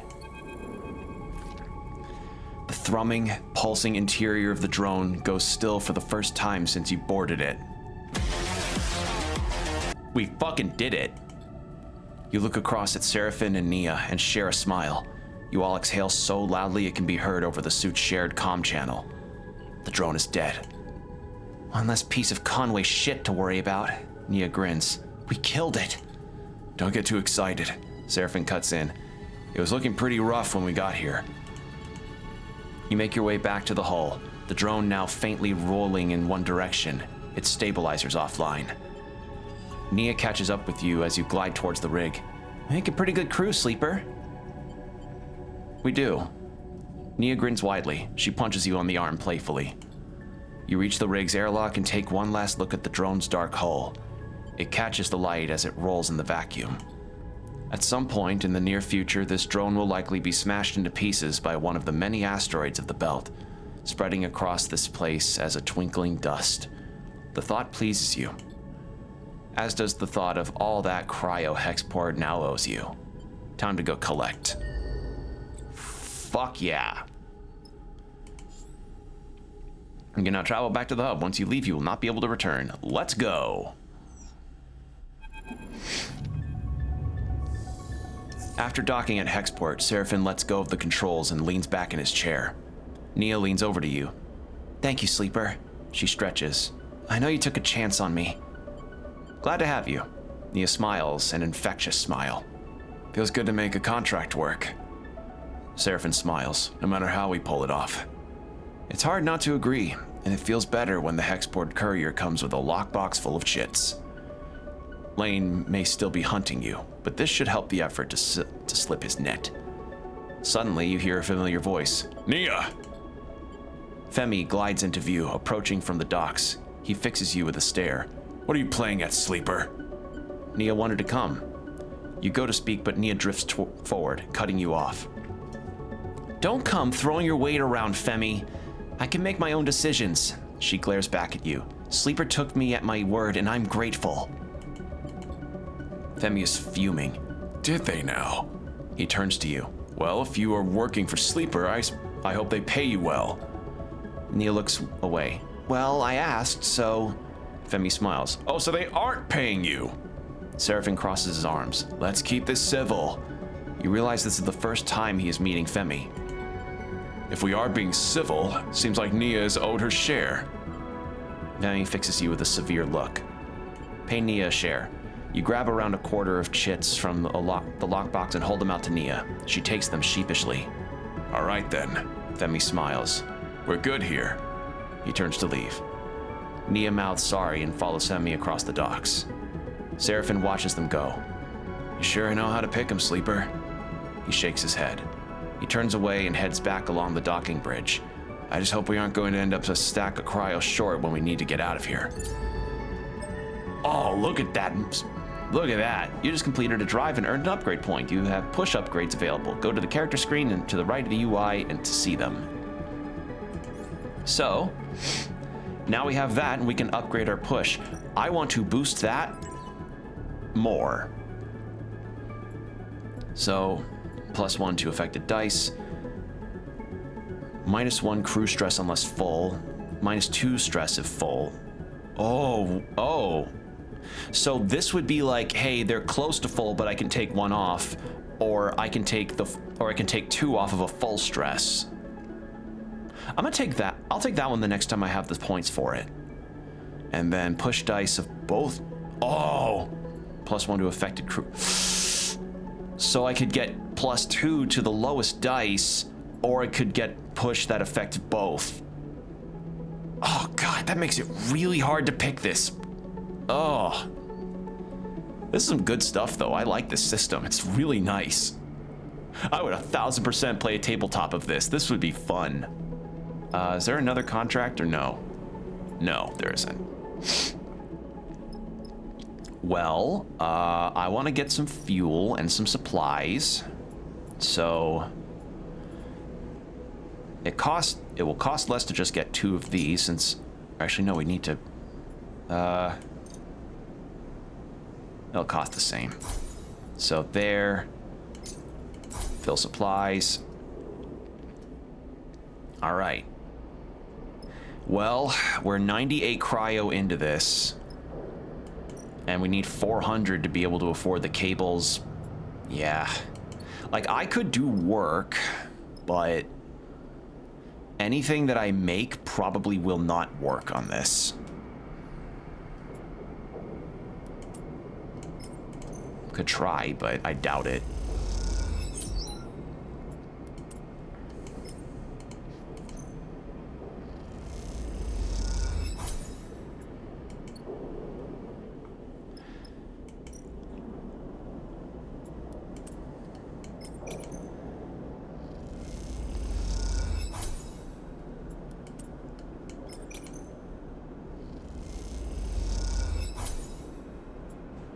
So what I think I'll do is... Oh, God. Yeah, that was a bad time. But we're gonna go... We're gonna have food, and then we'll go for the contract, because I can't think of any other way to get those that isn't gonna run the clock out. Because look, these are the amount of cycles we've got left until Lane finds us. And... I don't know how much you can make off of the Star and Stoker game, but I can't, like, we're not going to make that. So our best bet is to instead, let's go salvage fuel, is to instead do this. So now we have Seraphin and Junie for this job. Let's do it. And we've got enough supplies now, so it should be fine. The Solheim derelict fills the cockpit windows, all twisted plates and skeletal strutwork. You watched it in horror and fascination as Seraphin completed the approach, both of you silent in the presence of this decaying beast. Now, as you settle beside it, Seraphin is the first to break the silence. This thing is already dead. He shakes his head. It's a corpse, Sleeper. He nudges the ship closer, looking for a place to dock. I touched this thing too hard, it'll crumble into dust. What were you expecting? I was expecting... Seraphin squints as he adjusts the rig's thrust. A scrap contract, like you said. On a death trap. Take us up there. That's the bridge. Junie points towards one end of the ship, and both you and Seraphin turn around, having forgotten she was even in the cockpit. She hasn't said a word since you departed. She glances at both of your bemused faces. What? She looks away. Sorry, that's where we need to go. She stops pointing. Seraphin nods towards Junie. She's not wrong, Sleeper. The bridge would be a good start. Assess the wreck first. Junie settles silently back into her seat. She looks away, out of the cockpit, and you are unsure if she is upset or just embarrassed. Carefully, Seraphin brings the ship closer to the derelict and guides it along the hull. The rig's lights ripple over the broken surface, finding gaps and cracks everywhere. It seems remarkable that the derelict is still held together. Shit! Seraphin hisses as a huge spinning piece of debris drifts in front of the cockpit. He pushes the rig down beneath it, squeezing between the debris and the hull. And as he does, an ear-splitting screech signals the rig scraping across the derelict's skin. You freeze for a moment, waiting for the breach sirens to sound, but the moment passes and you relax. You glance at Seraphin. His face betrays no emotion. This isn't safe. Seraphin shakes his head. I'm going to find somewhere better to settle the ship. Then we need to suit up and work our way along the hull on foot. You look back at Junie and see her still in her seat, eyes wide. You okay? Junie looks at you, and there is a sudden unfamiliar hardness in her eyes that surprises you. Then a moment later, it is gone and her gaze softens. I'm okay. She smiles a flat smile. Don't worry. Seraphin brings the ship along from the derelict's hull an inch at a time, then slowly brings it round to settle close at a mostly intact hull plate. Intact, not inact. Intact hull plate. The section is fairly free from debris. He nudges the ship a little closer. We should be good to hold here. Seraphin unclips from his seat and you and Junie follow suit. As you all glide down towards the airlock, Junie silently follows. You can't help but feel judged. As you reach the airlock, Seraphin begins suiting up. If we're lucky, that little collision hasn't started a cascade that will end with this place coming apart under our feet. Seraphin violently kicks his leg into a set of Eva trousers, clearly irritated by his own carelessness. It wasn't your fault. Seraphin shoots you a look. Fault isn't going to matter when we are floating off into the black. This is a delicate job, Junie says quietly, almost to herself. The data core will be fragile. She casts a furtive glance in the direction of you and Seraphin. Very fragile. Understood. Junie nods appreciatively. The rest of the preparation process takes place in tense silence as each of you considering the delicate job ahead. You suit up too. Though you don't need a helmet to breathe, you slide one on and lock the seals for protection. This wreck isn't going to give it up its salvage easily. So yeah, you can survive in the vacuum of space since your body is artificial. Your lungs aren't real, so you don't really need air, but it's more like your emulated consciousness needs the sensation of lungs filling to kind of keep you grounded, I guess. The core should be near the bridge, maybe even inside it, but there's a lot of wreck here, and there might be good salvage tucked away in the cargo hold. Once the suits are on and the seals are checked, you cycle the lock and stare out at the vast expanse of the twisted hulk before you. Time to go to work. Oh God, Oh, Seraphin, buddy. Oh, your dice. All right.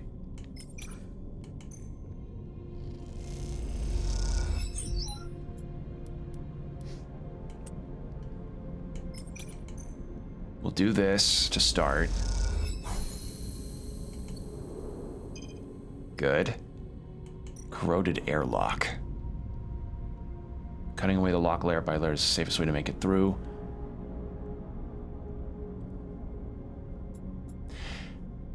Maybe, but I might hold off on that.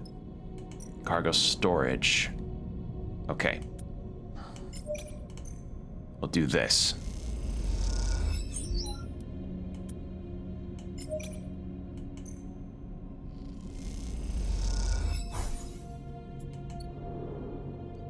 Wait, was that for... Yeah. So she's the interfacer of this whole thing. Seraphin, do you have anything for this? Yes.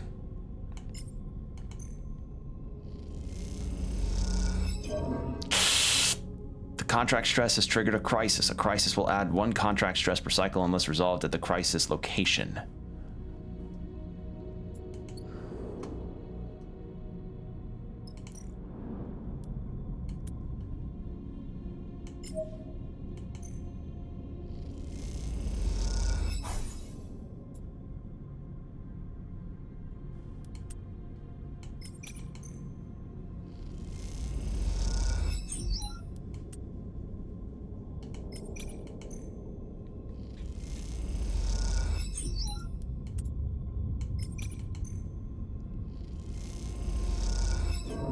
Fuck.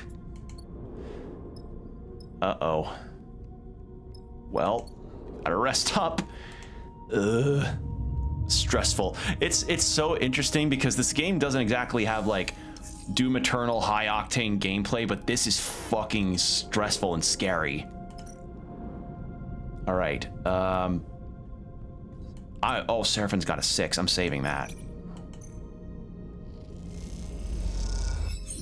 There we go. So that's fixed.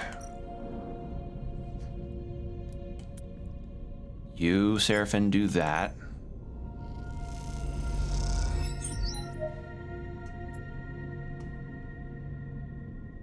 All right, and then Junie.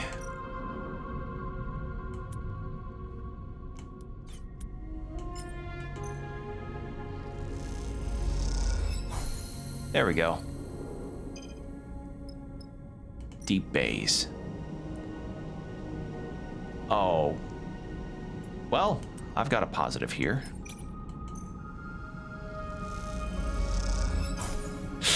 Oh, God! What happened there?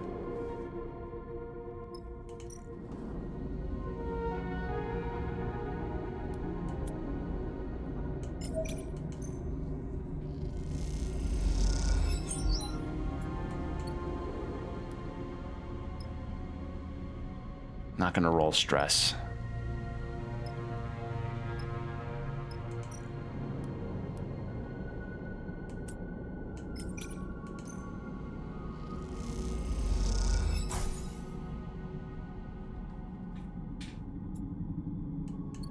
Oh, I'm harvesting scrap. Oops, I'm stupid. Why was I doing that? That's not what I should be doing. I need to be doing this.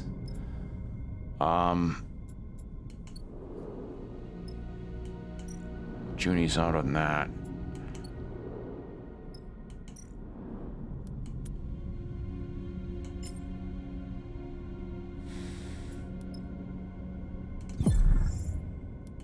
Better. Okay.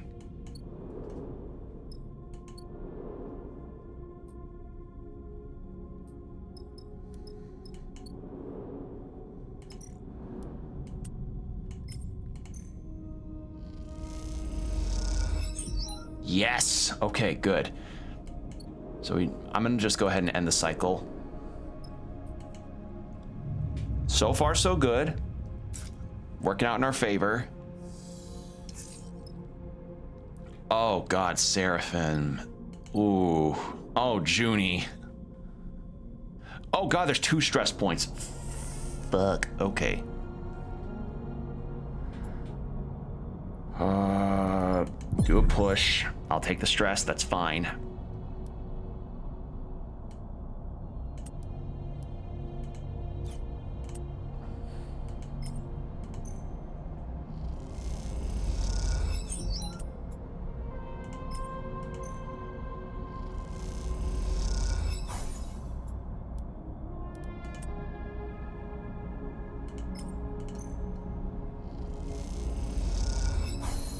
Okay. Leak cleared. That's fixed.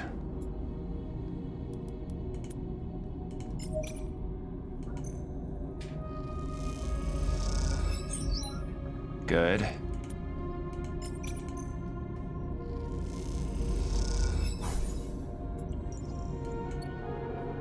All right, and then Seraphim.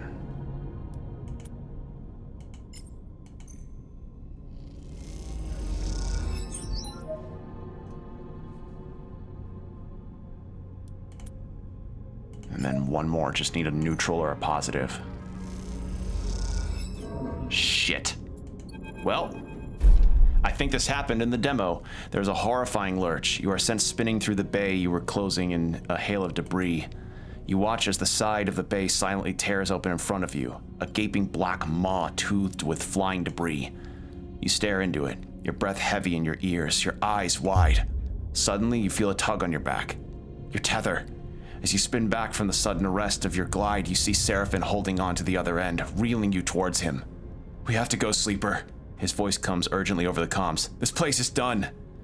You both make your way through the splitting derelict in silence, charting a path through what were once passages but are now twisted tubes, like the intestinal tract of some dead creature. Eventually, you make it out onto the surface and find the rig still tethered, but gashed with debris and scars. You and Seraphim exchange concerned glances. We are going to pay for this. He looks over the damage. Let's hope she still flies. You tether together and push off from the hull, Seraphim gliding you through the debris. Guiding you through the debris. Below you, the derelict is exploding in slow motion, tearing apart into a swarm of razor-edged shards. All this and no core, Seraphim fumes. How the rig's torn up too. You don't have much to offer in answer. He's right. It seems the job was a disaster. You just hope it isn't terminal. It's gone. Junie's voice comes through faintly over the comms. She must already be on the ship. The whole ship is falling apart. No shit, Seraphim answers back. Contract's a bust. What a waste, Junie says quietly, and then the channel clicks off. You arrive at the rig's airlock and bundle yourself inside, noticing the exterior damage. It looks mostly superficial, but will no doubt take its toll on the ship. Once you are back in the cockpit, you look out at the derelict's shattered form. It seems you will be its last visitors. God damn it, if he just... Fuck. Now you've traveled at the hub, yeah. We fucked it. The dice were not kind to me today. As you arrive into Hexport, Junie speaks up from the back of the cockpit. I need to speak to both of you. On the journey back, you notice a change in Junie, a hardening, and now she seems very different from the nervous hacker you first brought with you. I know we failed the I know we failed to extract the core, Junie sighs, but I wanted to be honest with you about why I came to you. I don't work for Karsten. Perhaps that was obvious, and I didn't want to bring him the core. You and Seraphin exchange glances. You would have taken it? She looks away. I don't know, Sleeper. Yes, perhaps I would have. But I also would have spoken to you. Explained myself. Do you know how many of those cores are left intact? Junie suddenly looks gripped by emotion. Like it or not, we live in Solheim's shadow in their ruins. Or in Solheim's shadow in their ruins. And yet we know almost nothing. What chance do we have of understanding how we got here when others like them, like Senetstat and Conway, are descending on this system? This station and most of the other inhabitants of the belt are built on a Solheim foundation. She frowns. Yet we are too busy scavenging them to take the time to look for answers. Men like Karsten want nothing but the raw materials of cores like the one we lost. She shakes her head. We can do better. We could learn our history and how this system was settled. We could better learn the technology we build our lives on. We could uncover Solheim's crimes and seek to make amends. She meeks her eyes. We could see beyond survival, towards something else. You've never heard Junie speak like this, and you realize what you have taken for nervousness was actually control. This is the person in front of you, mourning a data core, is the real Junie. Or this, the person in front of you, mourning the data. Sorry. Didn't even see the comma there. Not that it matters. She glances away. It's all lost now. Yeah, bad dice rolls. Fucking goddammit. Keep your honesty. Seraphin cuts in. It's worthless to us. He completes the landing protocols and begins shutting the rig's engines off. We don't have time for confessions. Junie looks crestfallen. Karsten won't come for you, if that's what you were worried about. He's ignorant and stubborn, but he isn't vengeful. That is not what we are worried about. Seraphin gives her a pointed look. Explain to Junie. You tell Junie about the feed lines Karsten has, about you and Seraphin fleeing for something, and that you can't run any further without them. Junie nods along, her eyes darting back and forth as if trying to calculate something in her mind. Seraphin turns to you. If you have any bright ideas how to get those feed lines, now would be the time, Sleeper. There's another way, Junie interrupts. I could help you steal the feed lines. She stares at both of you with determination. We could do it together. Seraphin looks at you with raised eyebrows. It seems he is noticing the change in Junie, too. Karsten is an idiot. I can hack his security and you can pull them out of there. She looks at Seraphin. You seem tough. She shrugs. We can do it. Why help? Junie looks between the two of you. Hexport hasn't exactly been kind to me. You two trusted me, even though I didn't deserve it. I'm not used to that.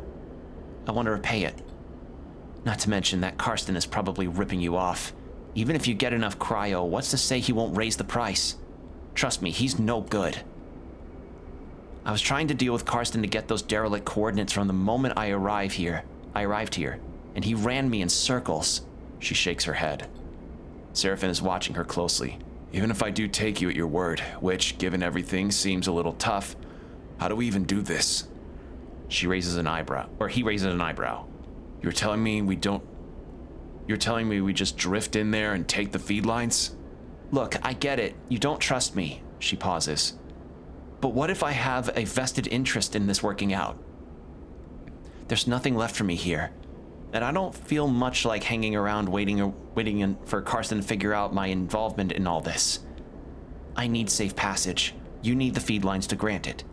She allows herself a smile. See where I'm going with this? Seraphin sighs. I don't like it. He pauses. But it makes sense. What do you think, Sleeper? We all get something. Exactly, Junie smiles. Let me prepare. I'll head to Factory Row, scope the place out. Meet me there and we can work out a plan. She glances between the two of you. Trust me, we can find a way. We'll keep it simple. Clean. It still seems risky. Look, Sleeper, I'm not going to hang around with you two. That's not going to be a good look, so I'll get myself set up in an empty bay, And if you want to make this happen, you meet me here. You get cold feet? She shrugs. And good luck finding another way to get those feed lines. Junie unclips from her seat, floating. I want to show you I can be trusted. That we can do this. She looks between the two of you. Believe that, please. And with that, she slips away down the passage towards the airlock at Hexport beyond. You look at Seraphin. I'm saying nothing, Sleeper. He unclips from his seat, too. Either this is the kind of mess you have to go through to get out of the other side, or either this is the kind of mess you have to go through to get out to the other side, or this is the kind that you never escape. Either way, we're in it now. He leaves the cockpit.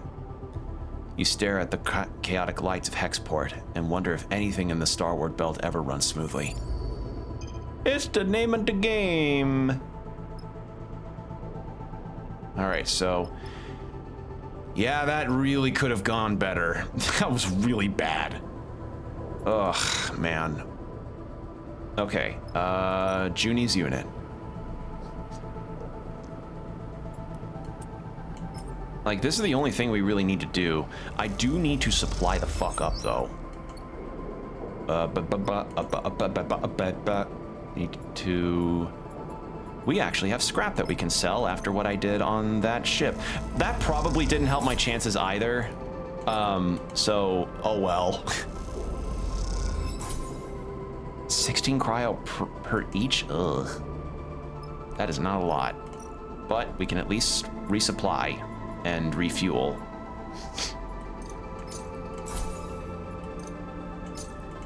There we go. Always worth it. Okay.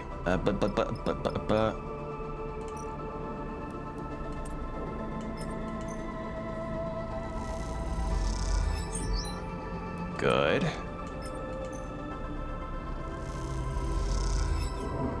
Oh, God.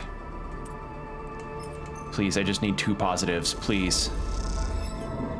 Oh, this game and my luck. I don't want my Pathfinder luck to follow me. Thank you, God. The sound of fists on keyboard wakes you from the scrolling code of the terminal screen. You turn to see Junie, a rare half smile on her face as she floats cross-legged with her deck in her lap. The blue light of the snap-on screen makes her eyes glint with a glittering excitement. Got him. She shoots you a look. Karsten's whole system is mine.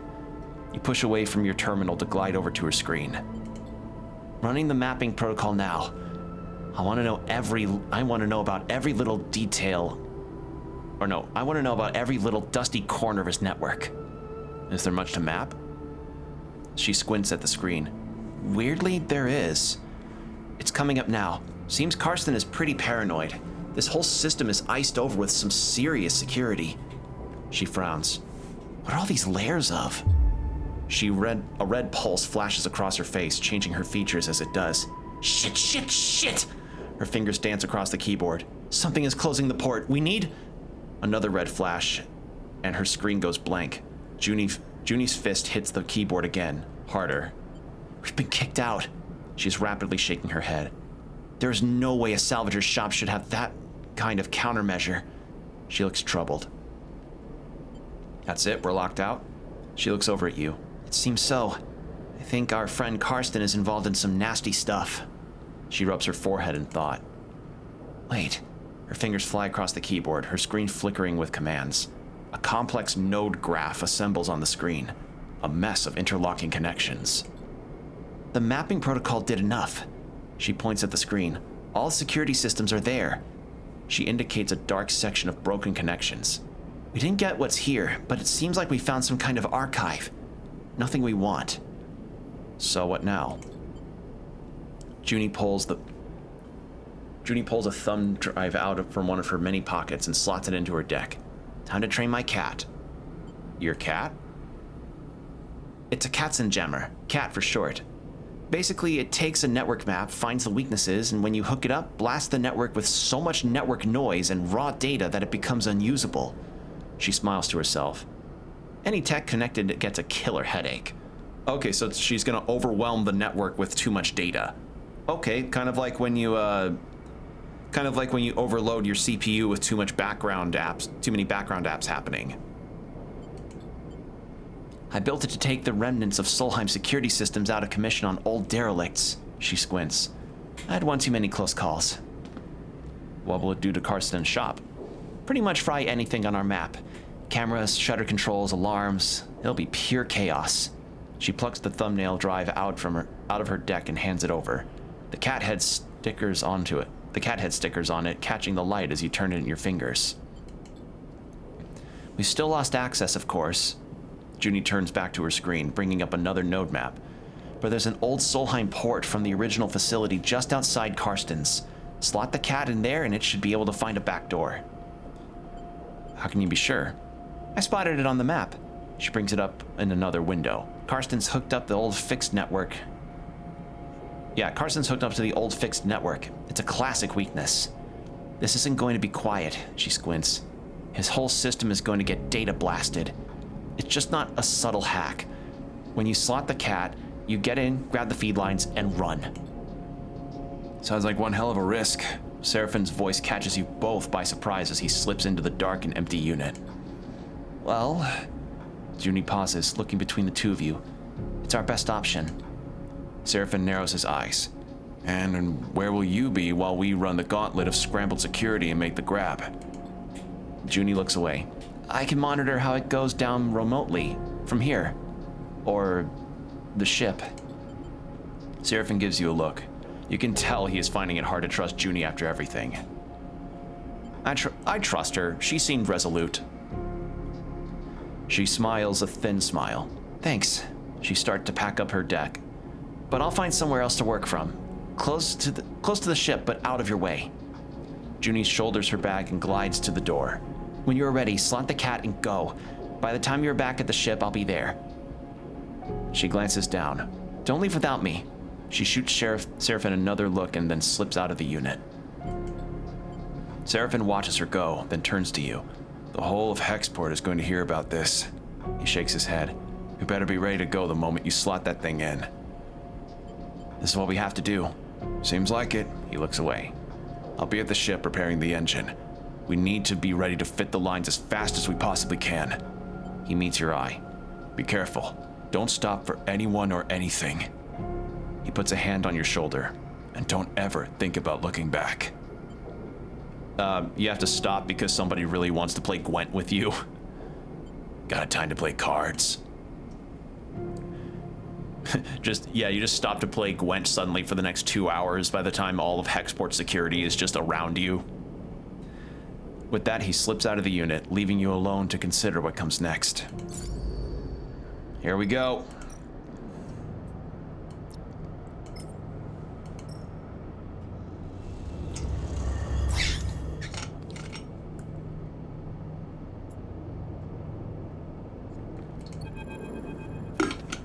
Karsten's place is locked up for the cycle, shuttered down, alarms on. The denizens of Factory Row snaking past with deliveries and work orders.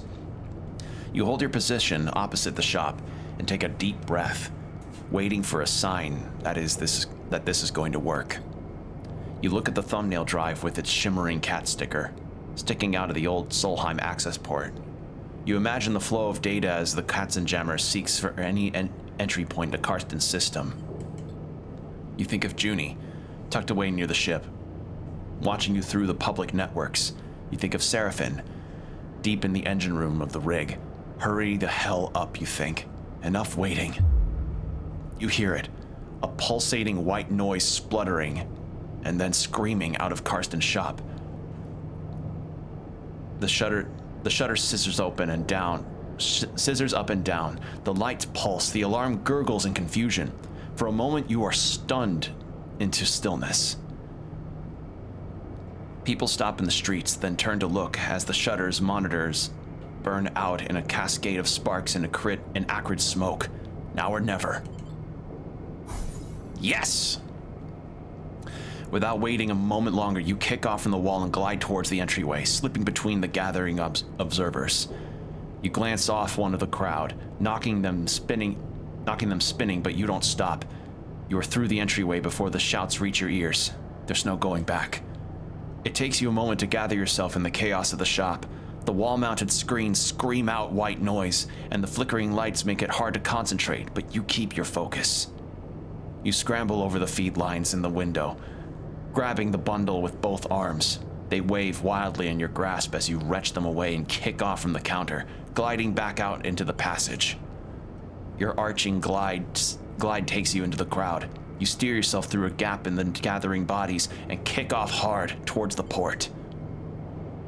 The feed lines wave wildly, but you grip them hard to your chest and don't look back. Seraphin better be ready. Your arms ache from clutching the feed lines, but you don't loosen your grip until you see the entrance to the docking bridge. Sleeper! You almost ignore the call until you realize you recognize the voice. Junie glides out to meet you, her hand on your shoulder, guiding you towards the bridge. I'm with you now. She shoots you a glance. What a show, huh? It was certainly loud. She smiles a little. Wish I could have seen the cat in action. You both glide down the docking bridge, Junie helping you with the trailing feed lines. From what you can tell, news of the chaos in Factory Row has not reached the port yet. You feel a flush of excitement as you enter the ship's airlock. This is it. You did it. You try to keep focused, but the elation makes your hands tremble. You take a sharp turn in the central passage of the ship and make your way to the engine room, the feed lines now unwieldy in the cramped space. Seraphin is waiting for you, shaking his head. Looks like we're in business. He lets out a sigh. And on the run from 2 different people now. He grabs the feed lines. I'll take it from here. He quickly begins the process of connecting the engine to the subsidiary fuel tank. You watch, catching your breath as he works. How about you make yourself useful rather than just making me nervous? Seraphin says without looking up from his work. Go close the airlock and disconnect the bridge.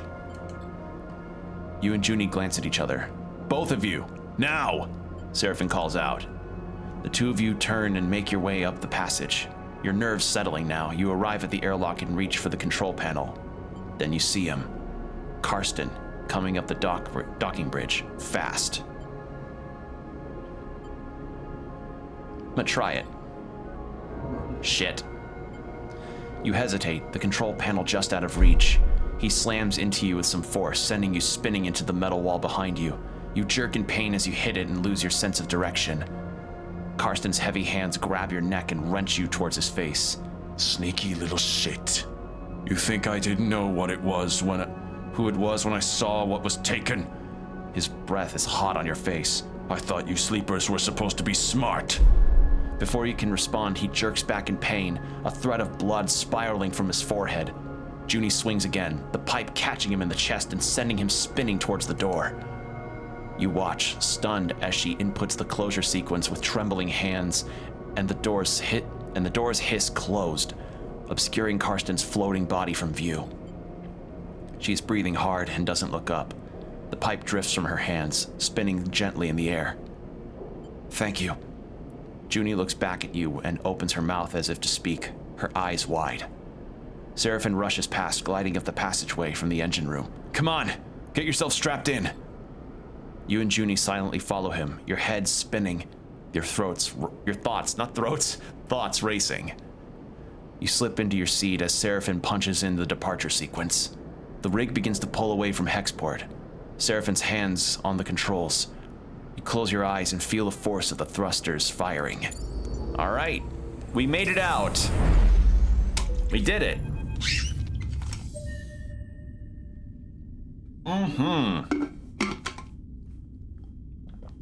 Unfortunately, I can't do any upgrades now.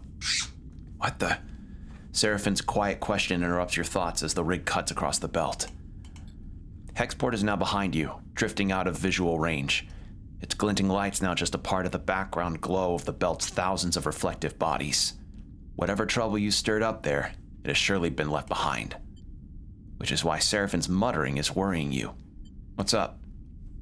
Seraphin turns. There's a transmission coming out of Hexport. Some kind of evac order. He turns back to his console. Let me check this.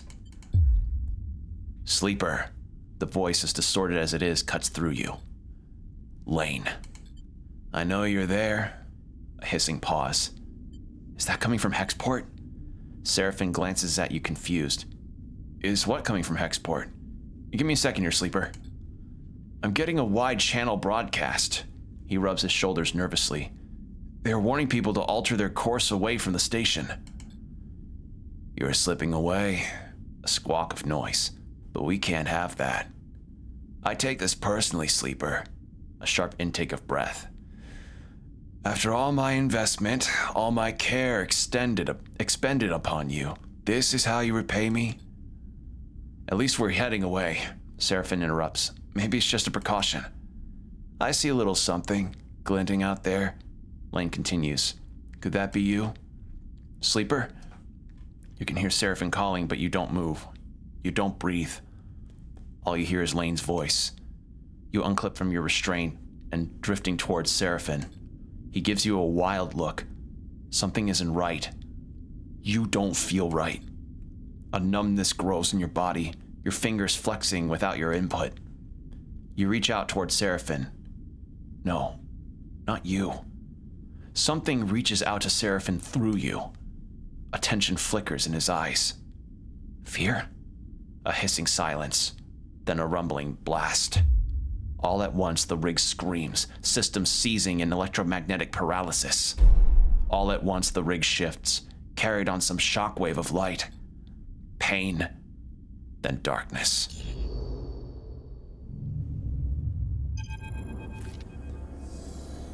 Voices echo warmly through your mind. Whoa, what happened? What the fuck? You can't quite make out what is being said, and any attempt to focus causes a growing flare of pain, so you let them fill the air, unidentifiable and soft. You're floating, and so you cannot yet feel your body or its weight. The feeling is pleasant, soothing, and yet the moment you realize this, it begins to fade. Something spasms in your fingers, and you flick it away. A sensation crosses the sole of your foot, and you kick your leg. A weight settles itself in your chest. You are awake. You open your eyes to light playing across a surface patterned with stained cushioning. You are alone. The voice is replaced by the hum of air cycling, the distant clank of maintenance systems. You are alone, and this is not your ship. You jerk upwards, against the straps that hold you loosely to the berth, suddenly confronted with the last thing you remember, an overwhelming numbness, and below it, an insipid, animating force creeping through your mind. You pull at the straps and free yourself, floating up into the small habitation room, cushioned and worn, your mind racing. What happened? You search back and remember only Seraphin's shouts, the sudden acceleration of the rig, and then darkness. A chill runs through you. Cold light fills the room, and you float over the dark square of the window. You see stars, the bright pinpricks of drive trails, and skeletal docking bridges. This is a station. A sudden hiss draws your attention to the door, which slides open with a puff of equalizing pressure. The entering figure jumps as they see you are awake. You're up. They hesitate in the doorway. Where's Seraphin? Oh, Bliss. Wait. Wasn't there a character in Citizen Sleeper 1 named Bliss? I don't remember. Where's Seraphin? Troubled repair technician. God, look at their design. Your friend, right? They laugh nervously. Also, they, them pronouns. I'm not really sure. They headed out a while ago. I'm Bliss. They shrug, not sure of what to add. Your crew are out. Sorry. They brought you here. Here? Right. They nod slowly. This is my room. They glance around. Not much, I know. We are in my repair bay on the far spindle, if you know where that is. In the belt? Yeah. They smile sympathetically. In the belt. They look around at the room again. Come on, let's go somewhere a little more comfortable. They hold out a hand. You're safe, don't worry. You follow them out into the corridor, gliding behind them. They move with the ease of someone who is either born in Zero-G or has spent most of their life in it. They guide you to an enclosed balcony, where heavily scratched, thick acrylic windows look out onto a chaotic looking wedlock. At the center of the dock Or no, wet dock, not wedlock. That's a very different thing. Wow. God damn, when you are not hydrated properly, you just... brain does not know how to language. Okay. At the center of the dock is the rig, scratched and worn, but still your ship. It's a reassuring sight. Is she okay? She will be when I'm done with her, or she will be when I'm done with her. Bliss sees you staring at the rig. Took some damage, but she's a hardy old thing. Your ship. Bliss pauses. You were lucky I heard your distress signal. You sense they are holding something back. I guess that expensive long-range array I was tricked into buying finally paid off. They laughed to themselves. Well, at least for someone. You were out cold when I got there, and have been for all the cycles since. Your friend wasn't in great shape either, but he bounced back fast. I make a habit of doing that. Oh, a different portrait! Ooh. Seraphine's voice makes you spin around. Good to see you up. He can't suppress his smile. Are you okay? He smiles. Don't start fussing over me, Sleeper. I'm good. Your eyes fall to Seraphine's bandaged abdomen. He notices and pulls his jacket over the wound. Certainly looks better than when you came in. You should have seen. Bliss abruptly stops after Seraphine glares in their direction. Here. Seraphine pulls a few chits out of his pocket. Catch. He slings them over to Bliss. That's all I could get for now. Working in your condition? Seraphine sighs. Please, I'm fine. Bliss looks at you apologetically. I know what it looks like, but I'm sorry, I can't work for free. Keeping this place going is bad enough. I get it. Seraphine nods. We're just thankful you towed us in. We aren't freeloaders. Bliss looks between the two of you. I'll let you two catch up. They turn toward you. I'm glad you're awake. We were worried. They pat you on the shoulder and glide back down the corridor. With Bliss gone, silence descends on you and Seraphine, both of you unsure what to say. Also, we have an ad break coming up in about 3 minutes, so just giving you a heads up about that. Stretching my shoulders. Ugh.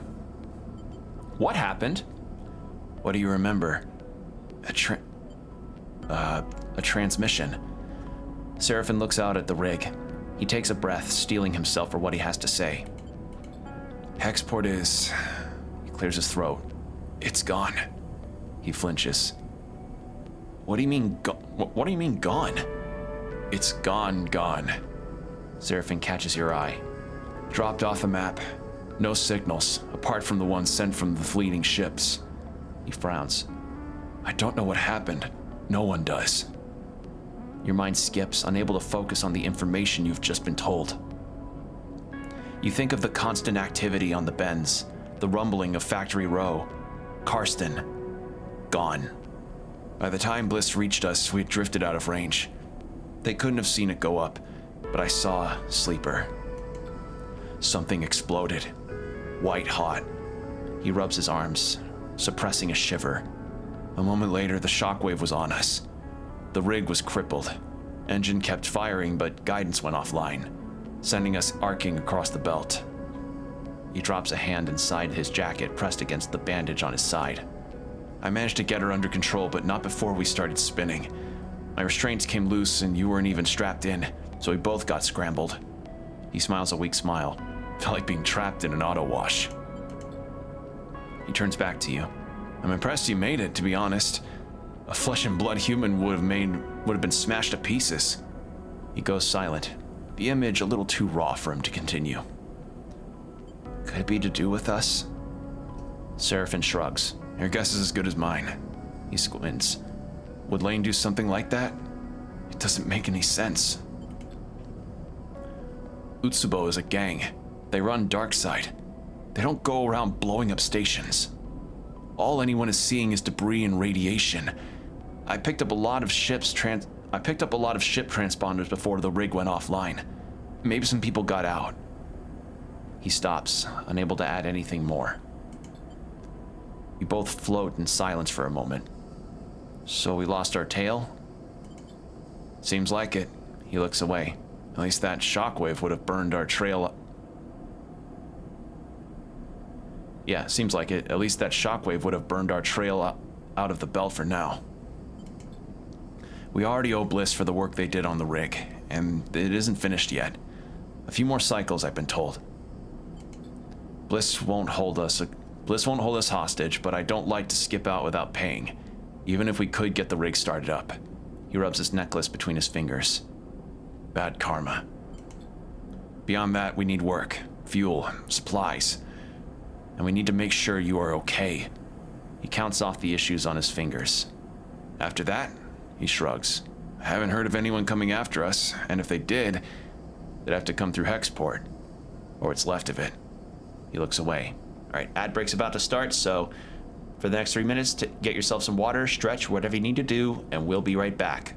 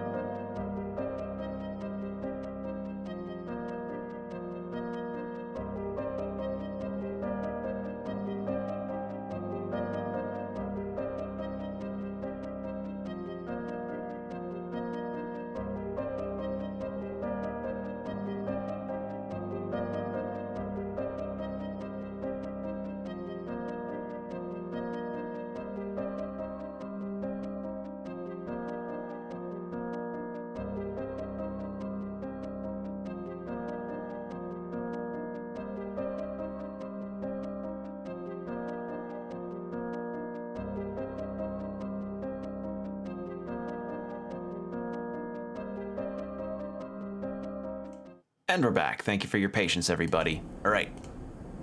Let's get back to the action, shall we? I'm still wondering what the hell he's... So there's the thing glitch over to the right here, and my dice here are fucked up, so what the fuck is this? So weird. The far spindle is way out of Lane's territory anyway. They call this bit of the belt the Wash, and the station here runs differently to Darkside, so for now we have some freedom. Seraphin sighs. Freedom to go broke, starve, and get into even more trouble, that is. In all honesty, I was hoping you might have some ideas. I want to explore this place. The far spindle? There's plenty to see. This is a free station. No one faction holds control, so it's quite the circus. Just watch your step out there. Seraphin pauses and stares down. Look, Sleeper. He rubs his side. I'm not sure I can work right now. I just got kicked out of a salvage yard for passing out on the job. He looks away. Even with the pain meds, I've been able to scare up. I can fly, that's for sure. He stares obstinately at the rig. But you're going to need some crew if you want to do any serious work. He chews his lip. I'm sorry. Don't be. He nods. Thanks, Sleeper. He turns away. I'm going to go take a rest on the rig. I'm wiped. You look out at the rig as he leaves, the warmth and softness of your waking moments now feeling like a distant memory. Is this what you wanted? Freedom? A chance to work for yourself, not Lane? Well, here it is, with all the problems and complications you could imagine. And at what cost? Could Lane have wiped out Hexport just to try to end you? You shiver at the thought. But if not Lane, then who?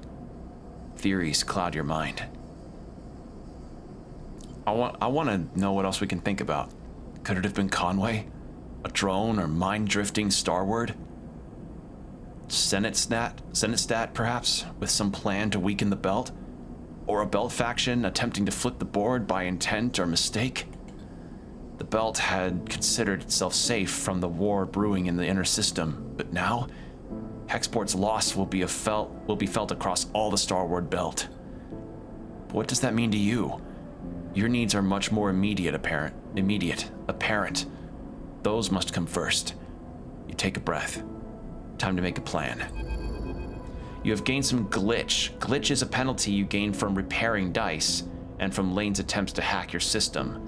Your current level of glitch is represented by the glitch clock to the right of your dice. You can have a maximum of 6. Each level of glitch you gain will increase your chance of rolling a glitch dice at the start of the cycle. Each time you roll a glitch dice, you clear 1 level of glitch. A glitch dice is an 80% chance of negative outcome when used to end a 20%. Oh. You find Junie in the airlock, her small collection of things crammed into her bag. I was coming to see you, I promise. She looks nervous. I was waiting for you to wake up, but Seraphin said you were okay, so... You're going? She looks away. I am. While you were out, she pauses, the concern for you obvious. I was doing some digging. It seems that core, the Solheim one, isn't the only one out there. I am going to keep looking, to find another one. I'm not giving up. She takes a breath. But I'm going alone. We can help. No, look. She takes a sharp breath. After what happened with the rig, Bliss saving us, we were all lucky to be alive. She shifts her bag onto her shoulder. I think I'm better off alone. For now. Good luck, Sleeper. And tell Seraphin goodbye for me. What are you chasing? She freezes, caught off guard by your question.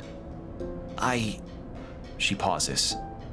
I know there's value, true value in that data, Sleeper. I know it. And she pauses again, unsure of herself. I have a project to continue. One I won't abandon. Maybe I can tell you about it in another time. She smiles weakly, closing up again. Well, she rubs the back of her neck. See you around. You watch her drift away from the docking tunnel and into the far spindle, with questions still bouncing around in your head. Maybe if your paths cross again, you might be able to get some of them answered. Okay, so now we're on a completely new station.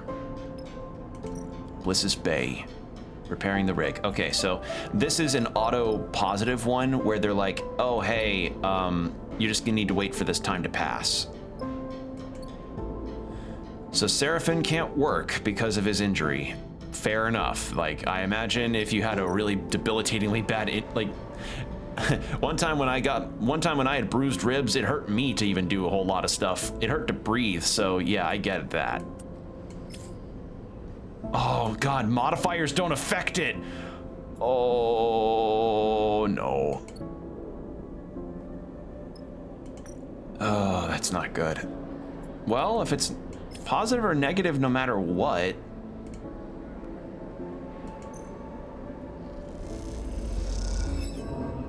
Ow. I may as well use them on the ones that I have a negative modifier to. Hey! Sometimes it works out. All right, what is this? Help the residents. Underhanging residents couldn't afford to rent further. Repair work. That can be work.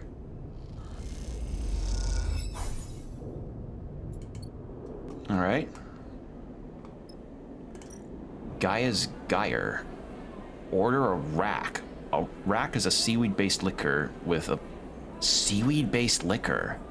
powerful saline taste.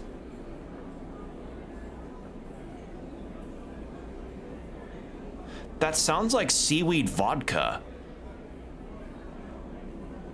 Ugh.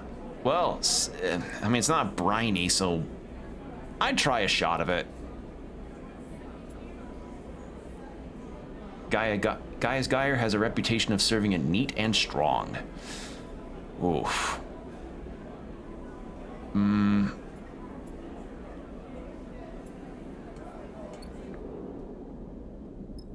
Let's try...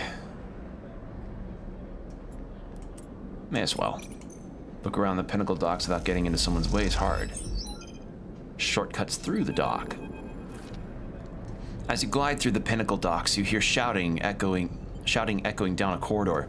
Oh God, I just realized Femi and Nia. Oh no.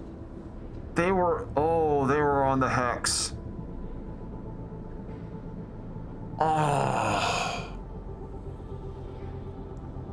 I don't know if they had their own ship or not, but oh no. That just dawned on me. Oh. Oh. Fuck, that just dawned on me. Oh God, they were still there. And it's just gone. Holy fuck.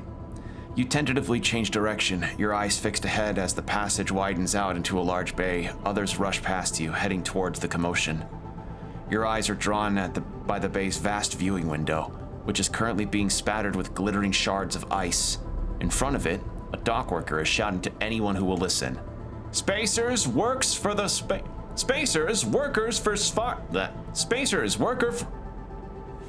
water. Water.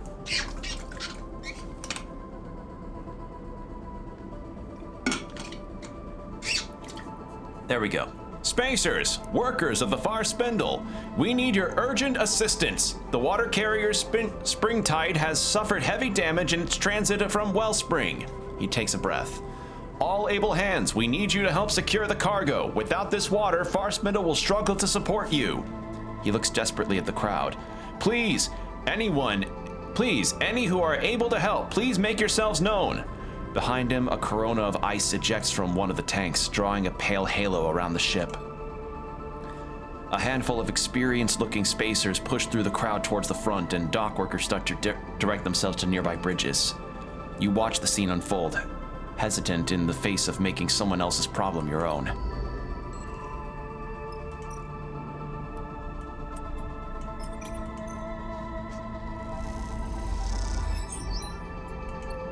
Oh, look at that positive outcome. Fuck yeah. All right, but we need to sleep.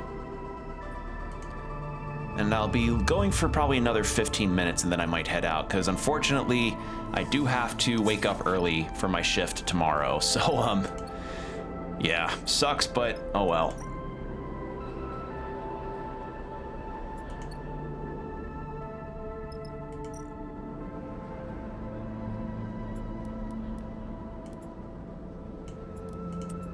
Oh man, this is a bad dice set. Oh, we need to eat. Oh, I need my seaweed vodka.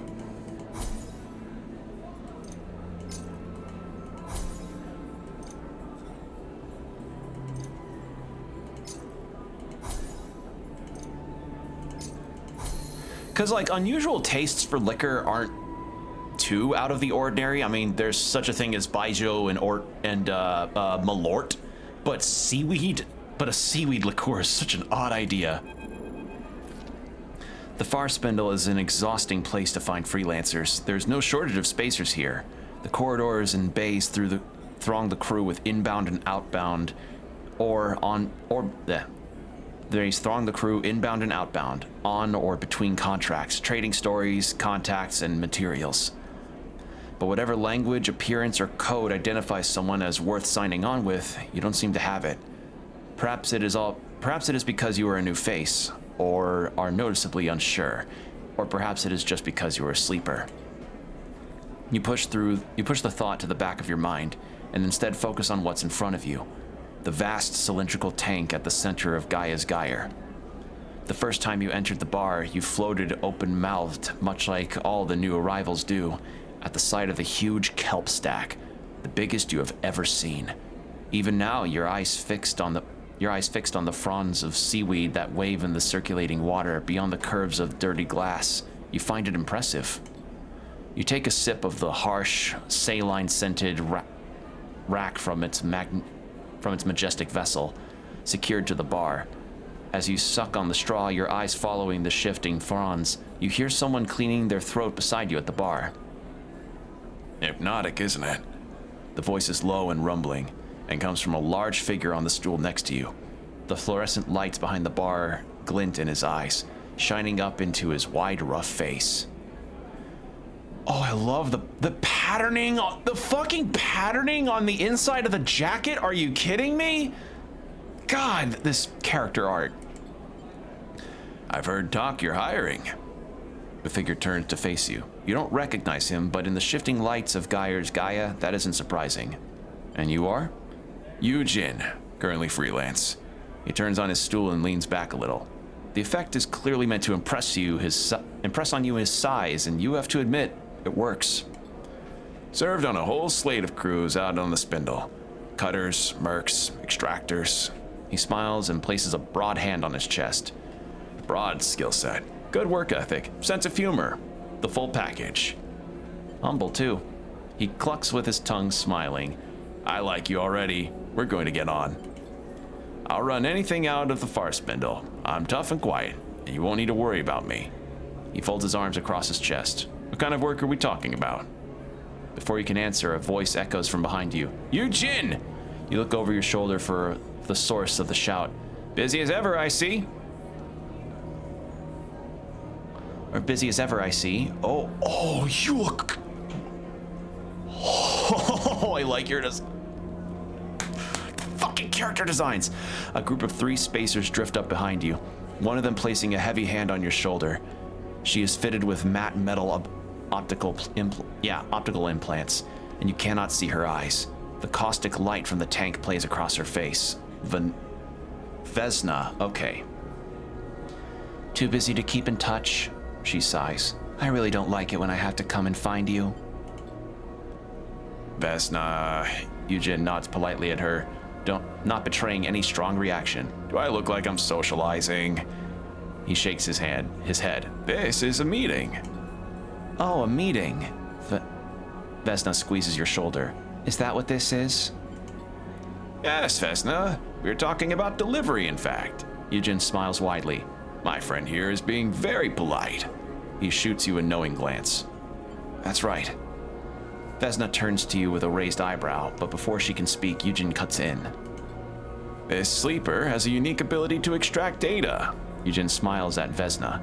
Exactly the kind of data you've been looking for. So, if we can just get back to it, Yujin gestures towards you. Then I can deliver what you need. Oh, he's in debt. Uh-oh. You know, Yujin, I'm pretty tired of this whole act. She gestures dismissively at him. But in the end, it doesn't matter. She drops her hand from your shoulder to her belt. Your eyes follow it down, and you see a dark, boxy shape there. A weapon? You either deliver by the deadline, or you don't. And when you don't, she smiles tightly, I'll be happy to take you through the consequences. Until then, she shoots you a final glance. Chat to whomever the hell you want. Vesna and the two spacers flank her side out of the bar, and Yujin watches them go with little emotion. So, Yujin's smile returns. You were about to hire me. What was that? Vesna? He shrugs. She's just trying to rush me, that's all. I won't be working with her again. He pauses, choosing his words carefully. Of course I can't talk about the particulars, you understand? Vesna just wants to scare you off. She likes to cause me trouble. Yujin looks away out of the door of the bar. Let's not let her. He pauses in silence for a moment, still looking away. You try to get a read on him, but his face is blank. Only his glittering eyes hint at some rapid internal activity. He turns back to you and meets your eye, a sudden shift in his manner obvious. If you need crew, you need to work. If you need to work, you need cryo. Is that right? He doesn't stop for your answer. Well, I can offer both. Hard work and a good contract with a good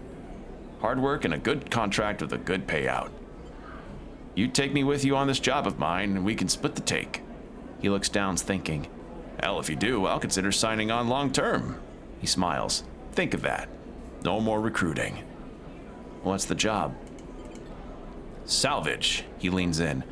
I know of a wreck untouched by the local crews, which recently turned up in the wash. It's just a little sunward from here, but its disabled transponder makes it invisible to anyone who doesn't know it's there. Had to squeeze the location out of a contact, but I'll share it with you for a straight split. Take me and your crew and we'll claim it all. It's going to be a good payout. He winks. A really good one. What's the catch? Yujin frowns. No catch. He leans back and looks around the bar. Happy to take the offer elsewhere. I just felt like you were the right captain for this one. I'll be ready to go whenever you like. Yujin pauses. As a show of good faith, I'll also fly out with you on any job from the far spindle, but I'm not leaving the station with you yet. Not till we get my job done first. After that, we can talk flying together. No need to rush into it. He shakes your hand firmly, his palm rough and pitted, then turns back to his drink. You slip out of the bar, looking to see if Vesna is nearby. You don't spot her among the passing crews, but you can't help but imagine eyes on you in the bar. You shake it off, having become familiar with the feeling of being observed. What matters is you have found yourself a crew member and a contract. Whether either will come good, however, remains to be seen. Ooh, we have 3. Got it. Do I want to do another? Maybe. But hey, we have a new person.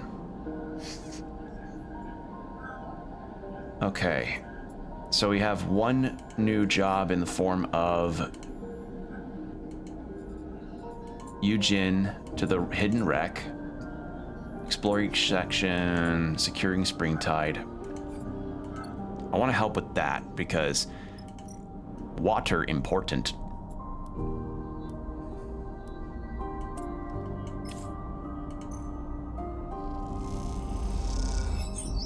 Oh my god. How does that keep happening?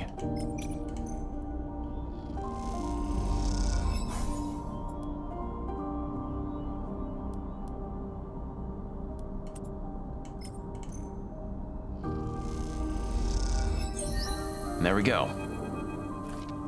You watch from the docking bay's viewing window as the crumpled, vast hull of the Springtide is finally welded shut by a score of bright torches flickering against its side. Everywhere I look, I see a crisis.